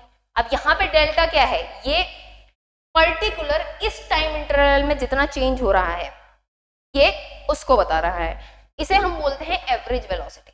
लेकिन अगर मान लो एवरेज वेलोसिटी यानी कि फॉर एग्जांपल जैसे कि अपन गाड़ी चलाते हैं ना, तो अपने पास में गाड़ी चलाते वक्त ऐसे थोड़ी है कि हर जगह पे अपन एक सेम ही उससे चल रहे होते हैं कि भाई 60 किलोमीटर पर आवर की स्पीड है तो उसी से चल रहा है, ऐसा थोड़ी होता है। गड्ढा भी आता है, ठीक है, कुछ बेकार लोग भी होते हैं जिनको गाड़ी चलानी नहीं आती है, तो हमारी क्या होती है, फ्लक्चुएट करती है वहां पे स्पीड। लेकिन हम ऑन एन एवरेज क्या बोलते थे कि यार एवरेज हम इस स्पीड से आ रहे थे, ठीक है, तो वही एवरेज है यहाँ पे। अब अगर मान लो मैं किसी पर्टिकुलर टाइम पे पूछूं, फॉर एग्जांपल मैं घर से 5 बजे निकली थी और मैं 6 बजे अपनी लोकेशन पे पहुंच गई। अब किसी बंदे ने मेरे से पूछा कि यार तुम 5:15 पे तुम्हारी क्या वेलोसिटी थी, तो वो टाइम क्या हो जाएगा, बहुत स्मॉल हो जाएगा। तो if time delta t tends to 0, यानी कि टाइम को मैं क्या करूं, बहुत छोटा कर दिया, मैंने टाइम इंटरवल छोटा कर दिया, तो वो क्या हो जाएगा, एक फिक्स पॉइंट पे पहुंच जाएगा। इसको ऐसे समझो जैसे कि फॉर एग्जांपल ये और ये पॉइंट है, ये मेरा इनिशियल पॉइंट है, ये मेरा फाइनल पॉइंट है, यहाँ से यहाँ तक की जर्नी हुई, इसमें कुछ टाइम लगा डेल्टा टी। लेकिन अगर मुझे इस पर्टिकुलर फिक्स इसी टाइम पे जाना है तो मैं इस टाइम इंटरवल को क्या करती जाऊँ, छोटा करती जाऊँ। ये क्या था, टाइम इंटरवल था ना। अब इसी टाइम इंटरवल को अगर मैं छोटा करती जाऊँ तो मैं इस पर्टिकुलर पॉइंट पे पहुंच जाऊंगी। तो इस पर्टिकुलर पॉइंट पे ही तो मुझे निकालनी है कि क्या मेरी वेलोसिटी है। तो डेल्टा टी टेंड्स टू 0 हो जाएगा, तो ये किस में कन्वर्ट हो जाएगा, ये कन्वर्ट हो जाएगा डेरिवेटिव में, D R by D T, और इसको हम बोलते हैं इंस्टेंटेनियस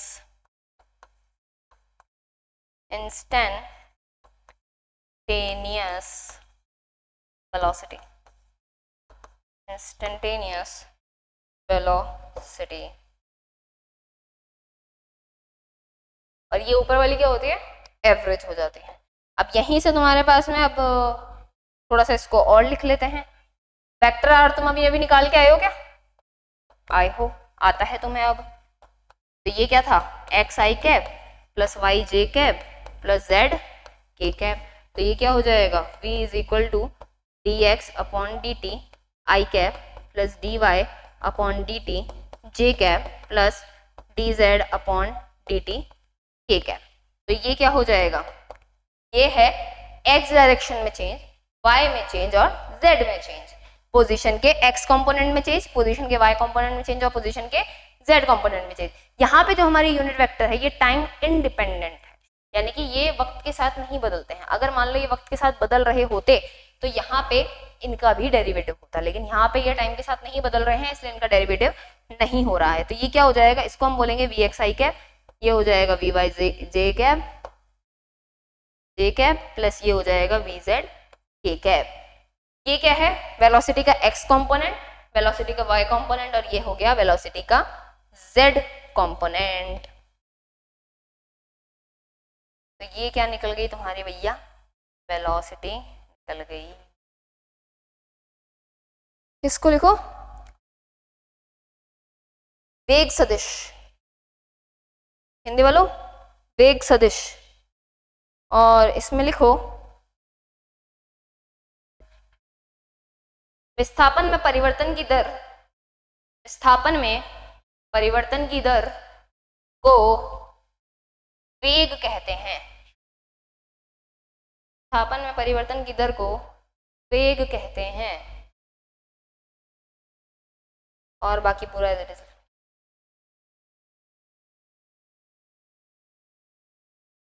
देख लिया, शाबाश। आगे नेक्स्ट, अब क्या हो जाएगा, इसी से हम आगे क्या निकाल सकते हैं, अब हम निकाल सकते हैं एक्सेलरेशन। क्या निकाल सकते हैं, एक्सेलरेशन, त्वरण। त्वरण क्या होता है, rate of change of velocity होता है। क्या बात है यार, तुम्हारे को तो आता है, बहुत बढ़िया। The rate of change of velocity is called acceleration. Acceleration.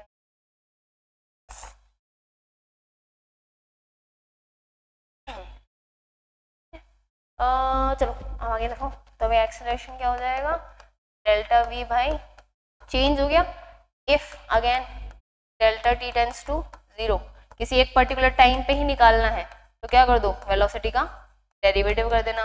Velocity vector अभी अभी बना के आए हो तुम, क्या होता है v x i cap plus v y j cap plus v z k cap. Again i j k time independent है तो किसका डेरिवेटिव होगा, केवल इसका, केवल आई कैप जे कैप और के कैप का।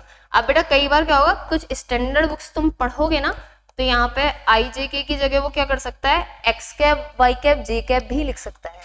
तो ये सिर्फ नोटेशन का खेल है और कुछ नहीं है। तो ऐसे मत समझना कि भाई ये कुछ नई चीज बता दी है, ना ना ना ना, नया नहीं है। तो ये क्या हो जाएगा, ए एक्स आई कैप प्लस ये हो जाएगा ए वाई जे कैप, ये हो जाएगा ए जेड के कैप। डन, ये हो गया तुम्हारा एक्सेलरेशन वेक्टर। हिंदी में लिखो त्वरण सदिश, त्वरण सदिश।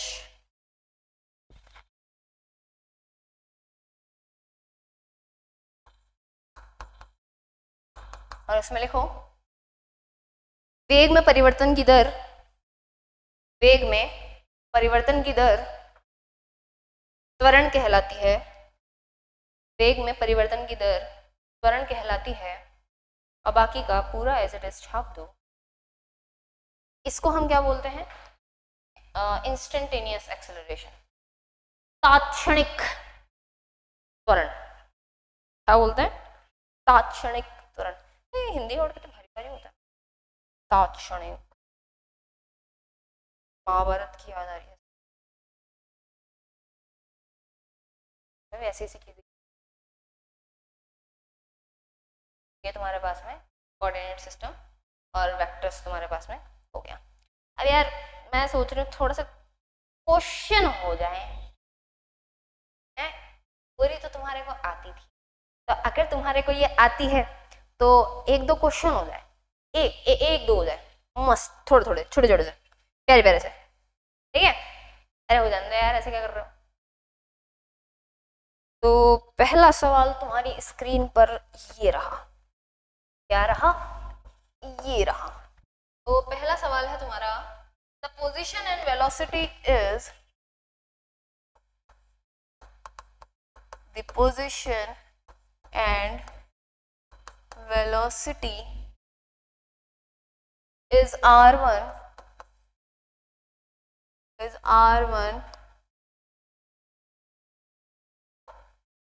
r1 r2 and v1 v2 of two particles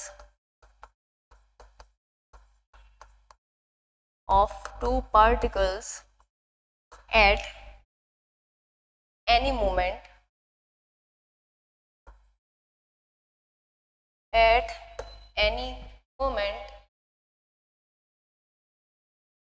show that the particle will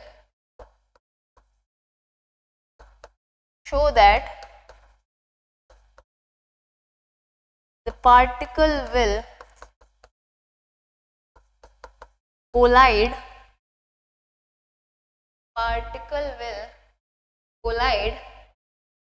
only when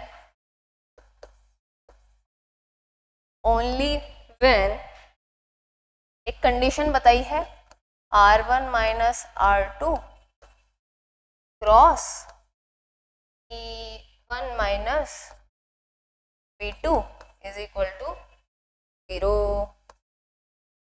तो ये तुम्हें थोड़ा सा प्रूफ करना है, हिंदी में लिखो।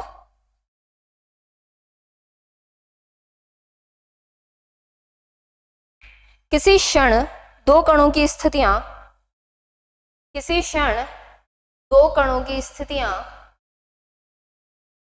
r1 वेक्टर, r2 वेक्टर तथा वेग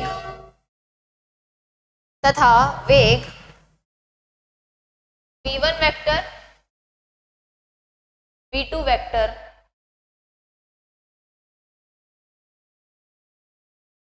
है, सिद्ध कीजिए कि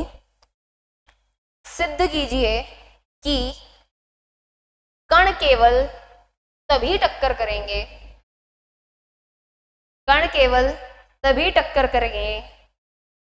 जब यही condition r1 cross r2 r1 minus r2 cross v1 minus v2। अब यहाँ पे ये क्या है, नॉर्मल मल्टीप्लिकेशन नहीं है, ये क्या है, क्रॉस प्रोडक्ट है बेटा। वेक्टर्स के अंदर ये चीज भी आती है, वहां पे हम मल्टीप्लिकेशन भी पढ़ते हैं। मल्टीप्लिकेशन के अंदर हमारे पास दो टाइप के मल्टीप्लिकेशन आता है, एक आता है डॉट प्रोडक्ट और एक आता है क्रॉस प्रोडक्ट। एक होता है सदिशों का सदिश गुणनफल और एक होता है सदिशों का अदिश गुणनफल। तो ये यहाँ पे जो क्रॉस लगा हुआ है ये कौन सा है, सदिश गुणनफल है। अभी थोड़ा आखिर में लेक्चर खत्म होते होते थोड़ा थोड़ा उसका भी आइडिया दे दूंगी कि क्या होता है, ठीक है। ये है, अब चलो इसको हमें प्रूफ करना है। तो शुरुआत कहाँ से करनी है, जो हमारे को क्वेश्चन दे रखा है हमारे को वहीं से शुरुआत करनी है, कहीं और कुछ नहीं हमारे को देखना। तो चलो भाई सॉल्व करते हैं। ये हमारे पास में सॉल्यूशन में क्या होगा, क्या दे रखा है, the position and velocity is r1। पहली लाइन क्वेश्चन से उठा लिया करो, let position and velocity vector, या फिर तुम्हारे को एक तरीका और बताऊं, थोड़ा अच्छा है वो, मतलब मैं मेरे टाइम पे ऐसे ही करती थी, ये तुम्हारे को मैथ्स में भी करवाते होंगे इस तरीके से। गिवन क्या दिया हुआ है, तो क्या दिया हुआ है, पोजीशन वेक्टर, क्या दिया हुआ है, पोजीशन वेक्टर r1 r2, और क्या दे रखा है, वेलोसिटी वेक्टर भी बता रखा है तुम्हें। तो ये है वेलोसिटी वेक्टर, क्या है v1 और ये क्या है v2। अब क्या निकालना है, तो या फिर क्या प्रूफ करना है, तो सेकंड पॉइंट होता है हैव टू फाइंड या फिर have to prove. Have to prove, क्या प्रूफ करना है, ये R1 minus R2 cross V1 minus V2 is equal to 0, ये तुम्हें प्रूफ करना है। अब तुम चालू हो जाओ क्या करना, अपना सॉल्यूशन। इससे क्या होता है कि एक तो चीज होती है कि एग्जामिनर को क्वेश्चन नहीं देखना पड़ता, ठीक है, कि एग्जामिनर को तुमने ऑटोमेटिकली उसे दे दिया कि भैया ये हमारे को दिया हुआ था क्वेश्चन में, ये हमारे को प्रूफ करना था और ऐसे हम सॉल्यूशन कर रहे हैं। तो इससे एग्जामिनर का स्ट्रेस कम होता है, और एग्जामिनर का स्ट्रेस कम होगा तो तुम्हारे मार्क्स अच्छे आएंगे, तो अच्छा होगा कि तुम उसको ठंडा। तो यहाँ पे चलो आगे, यहाँ पे हम क्या लिखेंगे, again let the position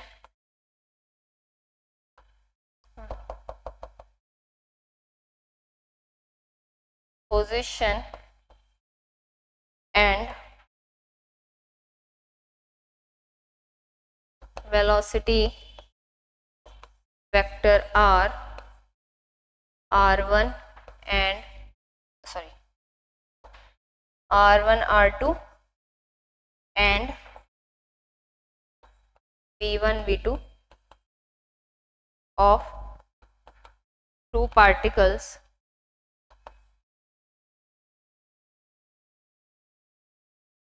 respectively।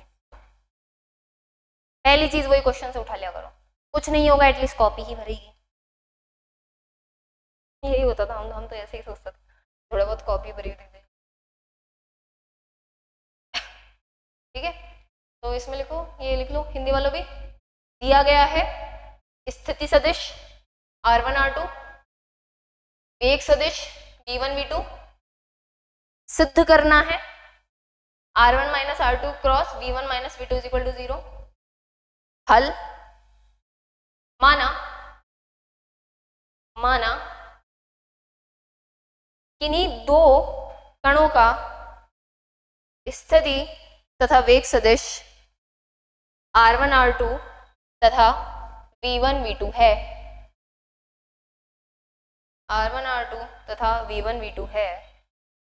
तो अब देखो, अभी कार्टेशियन कोऑर्डिनेट सिस्टम सीख के आए हो या मत बोल देना कि नहीं मैम हमने तो नहीं सीखा, ये मेरी 1 घंटे की मेहनत बर्बाद हो जाएगी बेटा, ठीक है। हमने क्या बोला, हमारे पास में 2 पार्टिकल है, ये हमारे पास में पहला पार्टिकल है, ये P हो गया, ये हमारे पास में Q हो गया, P के लिए, और ये हो गया हमारे पास में Q। अब P का इन्होंने क्या बोला है कि P का जो वेक्टर है, P का क्या है, जो वेक्टर है, अरे भैया हाँ, ये जो P का वेक्टर है ये तो है हमारे पास में R1 वेक्टर, और जो Q का है ये क्या है, R2 वेक्टर। और हम किसके रिस्पेक्ट में बात कर रहे हैं, हम रिस्पेक्ट में बात कर रहे हैं ओरिजिन के, तो ये हो जाएगा R1 वेक्टर और ये हो जाएगा R2 वेक्टर। अब ये बोल रहा है कि दोनों को टकराना है और दोनों के पास में वेलोसिटीज है, पहले वाले के पास में V1 है और दूसरे वाले के पास में क्या है, V2 है। तो अगर दोनों को टकराना है तो ऐसे ही पूछ रही हूँ जस्ट, ये पार्टिकल इधर जा रहा है, ये पार्टिकल इधर जा रहा है, टकरा सकते हैं क्या? ये पार्टिकल इधर जा रहा है, ये पार्टिकल इधर जा रहा है, टकरा सकते हैं क्या? नहीं टकरा सकते। टकराने के लिए क्या जरूरी है, दोनों का एक दूसरे की तरफ जाना। क्या जरूरी है, दोनों का एक दूसरे की तरफ जाना। तो अब ये क्या करेंगे, एक दूसरे की तरफ जाएंगे, और मान लिया मैंने कि ये किसी R पॉइंट पे आके टकरा रहे हैं, या फिर ठीक है हाँ किसी R पॉइंट पे आके टकरा रहे हैं। तो अब ऑब्जर्वर उसे टकराता हुआ भी देखेगा, तो वो जो टकराने वाली पोजीशन है वो ओरिजिन के रिस्पेक्ट में मैंने क्या मान ली कि वो R वेक्टर है, कोई दिक्कत नहीं है। अब इस R तक आने के लिए क्या होगा, हमारे इस P वाले को इधर जाना पड़ेगा और Q वाले को क्या करना पड़ेगा, इधर जाना पड़ेगा। अभी थोड़ा सा कुछ याद है क्या तुम्हें, वेलोसिटी वो 40 दूरी बटा समय, distance upon time, velocity is equal to ऐसा कोई sorry speed is equal to distance upon time, जो भी था, तो ऐसा कुछ पढ़ा है तुमने। तो ये जो डिस्टेंस है, इस डिस्टेंस को हम क्या लिख सकते हैं, ये मान लो मेरे पास में D1 डिस्टेंस है, ये भी क्या है, एक दूरी ही तो है। तो इसको वेलोसिटी और टाइम के टर्म्स में हम क्या लिख सकते हैं, हम इसको लिख सकते हैं, इसकी वेलोसिटी कितनी थी बेटा, v1 थी, और दोनों क्या होगा, सेम टाइम पे आके टकराएंगे। ऐसा थोड़ी होगा कि एक पहले टकरा के एक बाद में टकराएगा, दोनों के लिए टकराने का टाइम तो सेम ही होगा ना। तो ये हमारे पास में क्या है, t टाइम पे टकराएगा, तो ये मान लो v1t हो गई ये दूरी, और ये वाली कितनी हो जाएगी, v2t। तो इसको लिख भी लेते हैं, क्या लिख लिया हमने अभी तक, respectively. If both particle collide at point R at any time t, then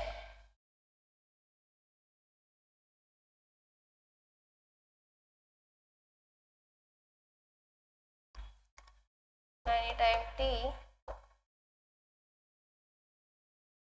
yeah, and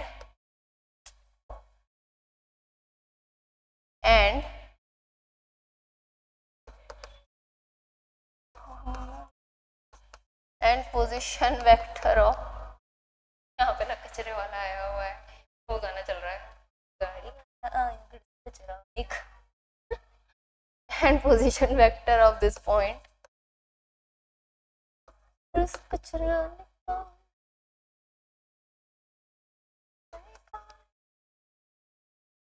या मेरी गलती नहीं है, वो बाहर चल रहा है, ठीक है ना, और मेरे को थोड़ा म्यूजिक, चलो तो अब ये देखते हैं। देन हिंदी में लिखो, यदि दोनों कण किसी समय t पर, यदि दोनों कण किसी समय t पर बिंदु r पर टकराते हैं, बिंदु r पर टकराते हैं, तथा इस बिंदु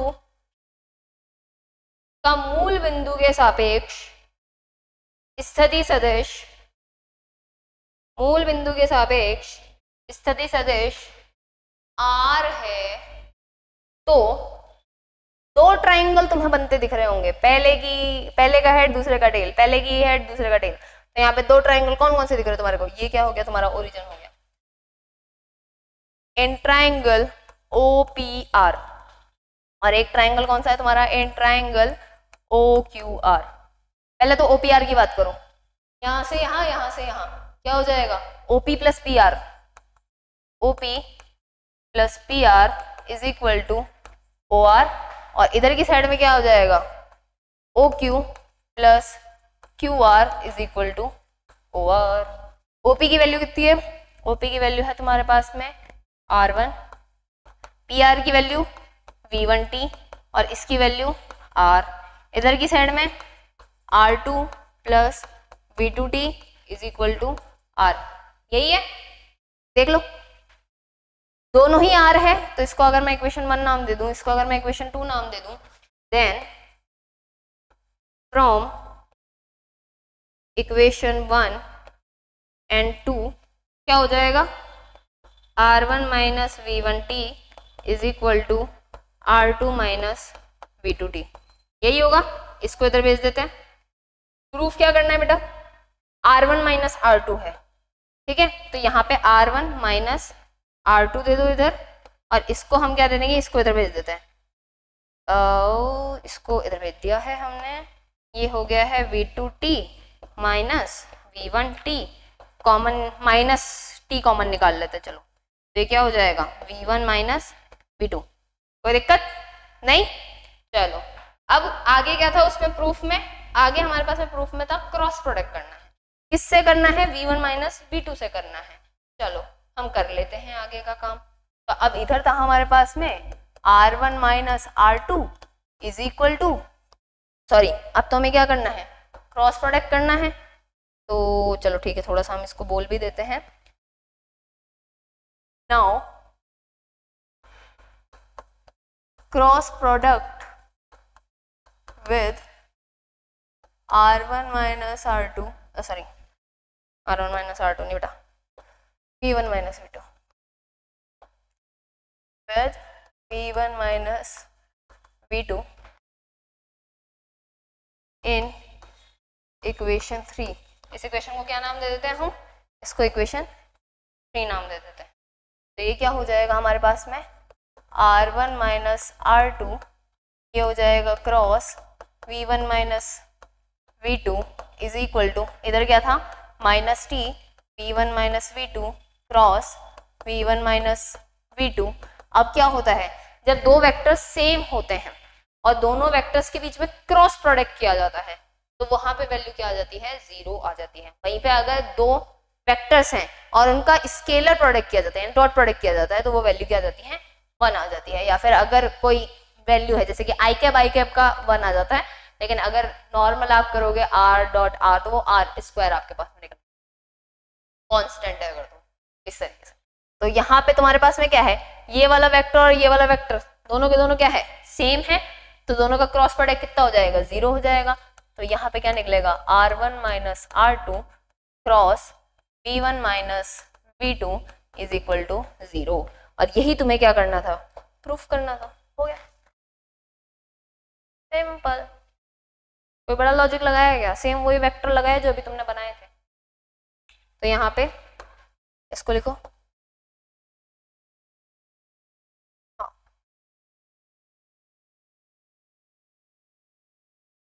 लिख लिया, बहुत बढ़िया, क्या बात।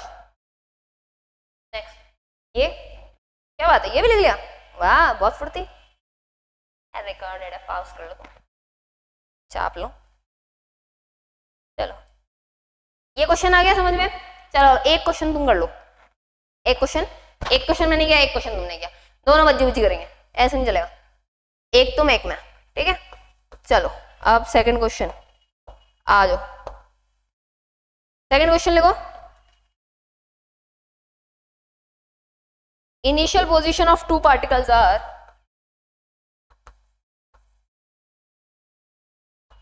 initial position of two particles are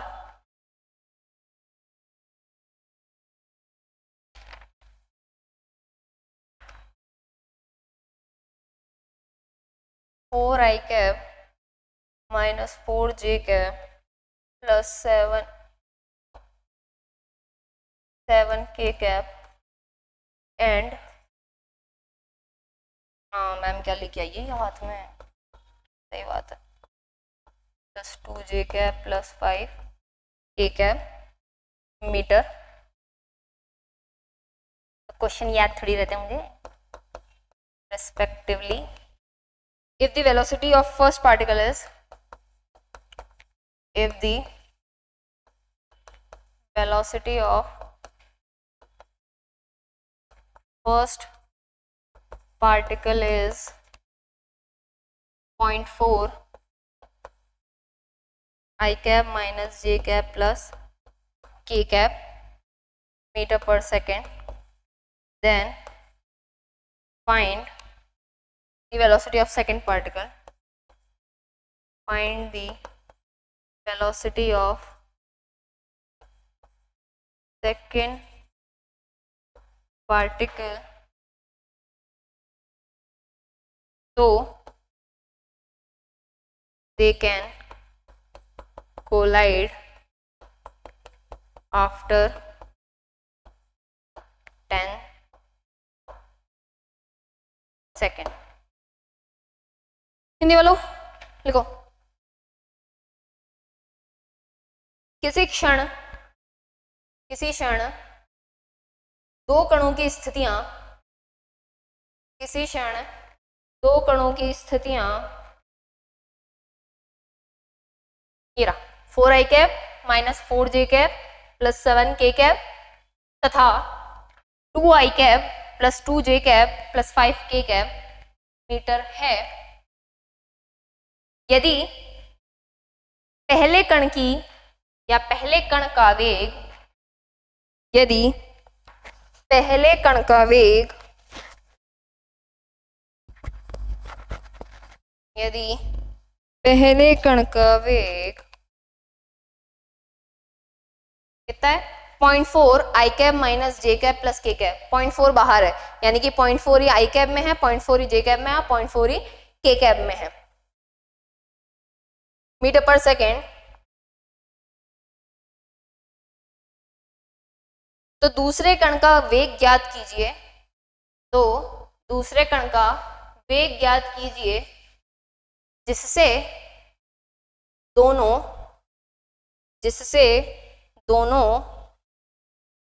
10 second के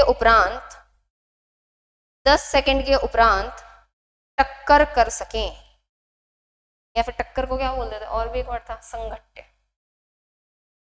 दोनों 10 सेकंड के पश्चात टक्कर कर सकें। हो गया? चलो करते हैं सॉल्व। कुछ नहीं करना, सेम चीजें हैं यार, आप इस सेम मेहनत कराओगे तुम, कैसे हो यार। ठीक है भाई, करेंगे तुम्हारे लिए। हाँ क्या था, सेम वही चीज दे रखी थी तुम्हारे पास में, ये तुम्हारा कोई P पॉइंट हो गया, इसके कोऑर्डिनेट्स क्या दे रखे थे तुम्हारे को,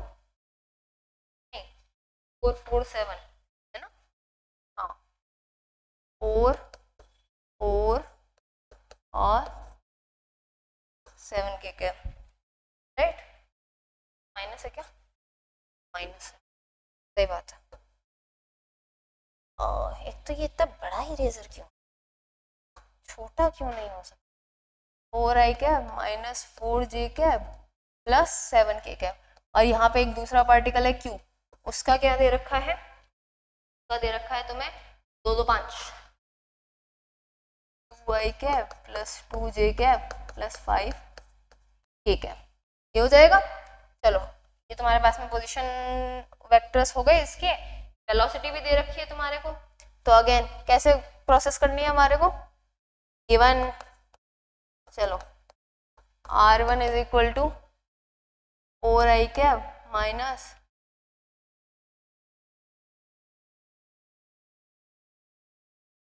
क्या दे रखा है, 4i cap minus 4j cap plus 7k cap, r2 की वैल्यू कितनी दे रखी है, r2 की दे रखी है 2i cap plus 2j cap plus 5k cap, velocity कितनी दे रखी है, v1 is equal to 0.4 i minus j plus k, ये दे रखा है। हैव टू फाइंड, क्या फाइंड करना है तुम्हारे को फाइंड करना है, तुम्हें फाइंड करना है, हाँ v2 फाइंड करना है तुम्हारे को। Solution, let the position vector of, और यहाँ पे एक t भी दे रखा है तुम्हें, t is equal to 10 second, vector of the collision point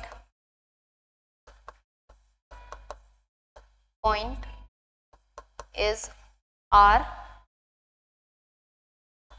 then same Ramayan है, कुछ नहीं गया यहाँ पे। ये मान लो ये हो गया, ये तुम्हारे पास में r हो गया, ये तुम्हारे पास में कौन हो गया, r1 हो गया, ये तुम्हारे पास में कौन हो गया, r2 हो गया, ये इधर, ये v1t हो गया, ये v2t हो गया, सेम रामायण है, कुछ नया नहीं है।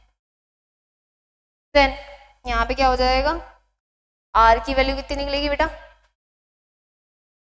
इस वाले ट्रायंगल से देखो, same r1 minus vt, sorry triangle ही लगा लो ना,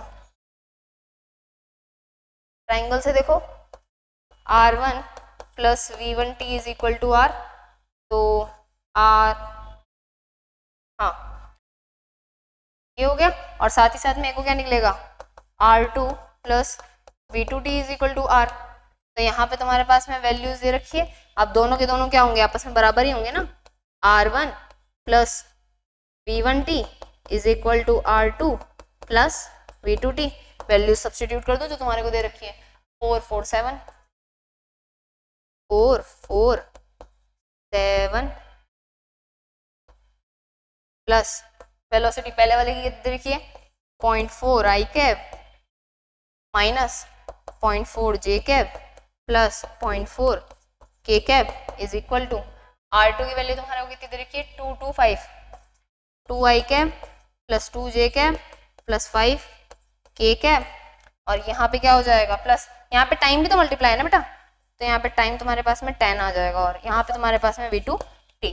आगे चलो, आगे तुम्हारे पास में क्या हो जाएगा, इधर वैल्यूज देखो, इसको इधर भेज देते हैं, पोजीशन पोजीशन लेस हो जाएगी, 4 - 2 2 4 और इधर कितना हो जाएगा 6, क्योंकि इधर भी तो माइनस ही होगा ना, ये तो कितना हो जाएगा 2 6 और 2 2 6 2, तो ये हो जाएगा 2 6 और ये हो जाएगा 2, यही होगा।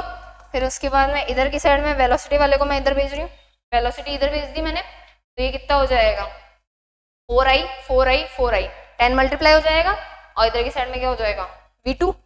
तो इधर हम कर लेते हैं, या फिर क्यों करना है, हमें तो V2t चाहिए ना, हाँ तो चलो क्यों नहीं करना, ना ना ना, ना नहीं करना, कुछ नहीं करना, हम इसी की आगे बात कर लेते हैं। तो कितना हो जाएगा 4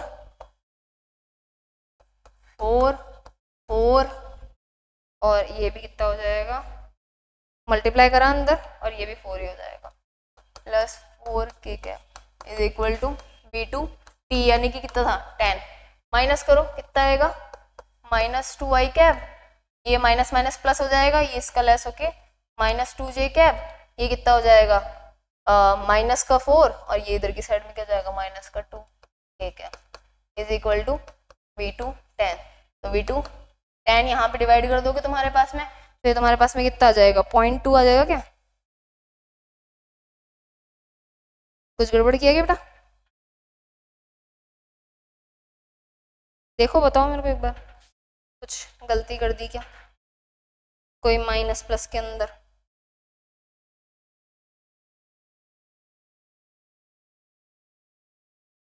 लग रहा है, एक बार इस माइनस को वापस देख लेते हैं। ये देखो ये 4i कैप, ये प्लस होगा 4 और इधर कितना आएगा 2, 4 + 4 8, 8 में से ये गया 2, तो ये कितना बचेगा 6, ये हो जाएगा 6i कैप। और इधर की साइड में देखो -4 -8, इधर से 2 और आएगा, कितना हो जाएगा -10, ये हो जाएगा -10 जे कैप। फिर उसके बाद में ये है 7 + 4 कितना हुआ 11, 11 इधर से आएगा 5 लेस होगा, कितना होगा 6 ही आएगा और कितना आएगा पॉजिटिव का आएगा, ये कितना हो जाएगा +6 के कैप, और किसके बराबर आएगा ये V2t, और V2t की वैल्यू कितनी है बेटा तुम्हारे पास में, t की वैल्यू है 10 सेकेंड, तो तुम्हारे पास में V2 की वैल्यू कितनी आ जाएगी, 10 डिवाइड कर दो 0.6i कैप माइनस जे कैप प्लस 0.6 के कैप, ये तुम्हारे पास में क्या आ गया सेकंड पार्टिकल की वेलोसिटी आ गई।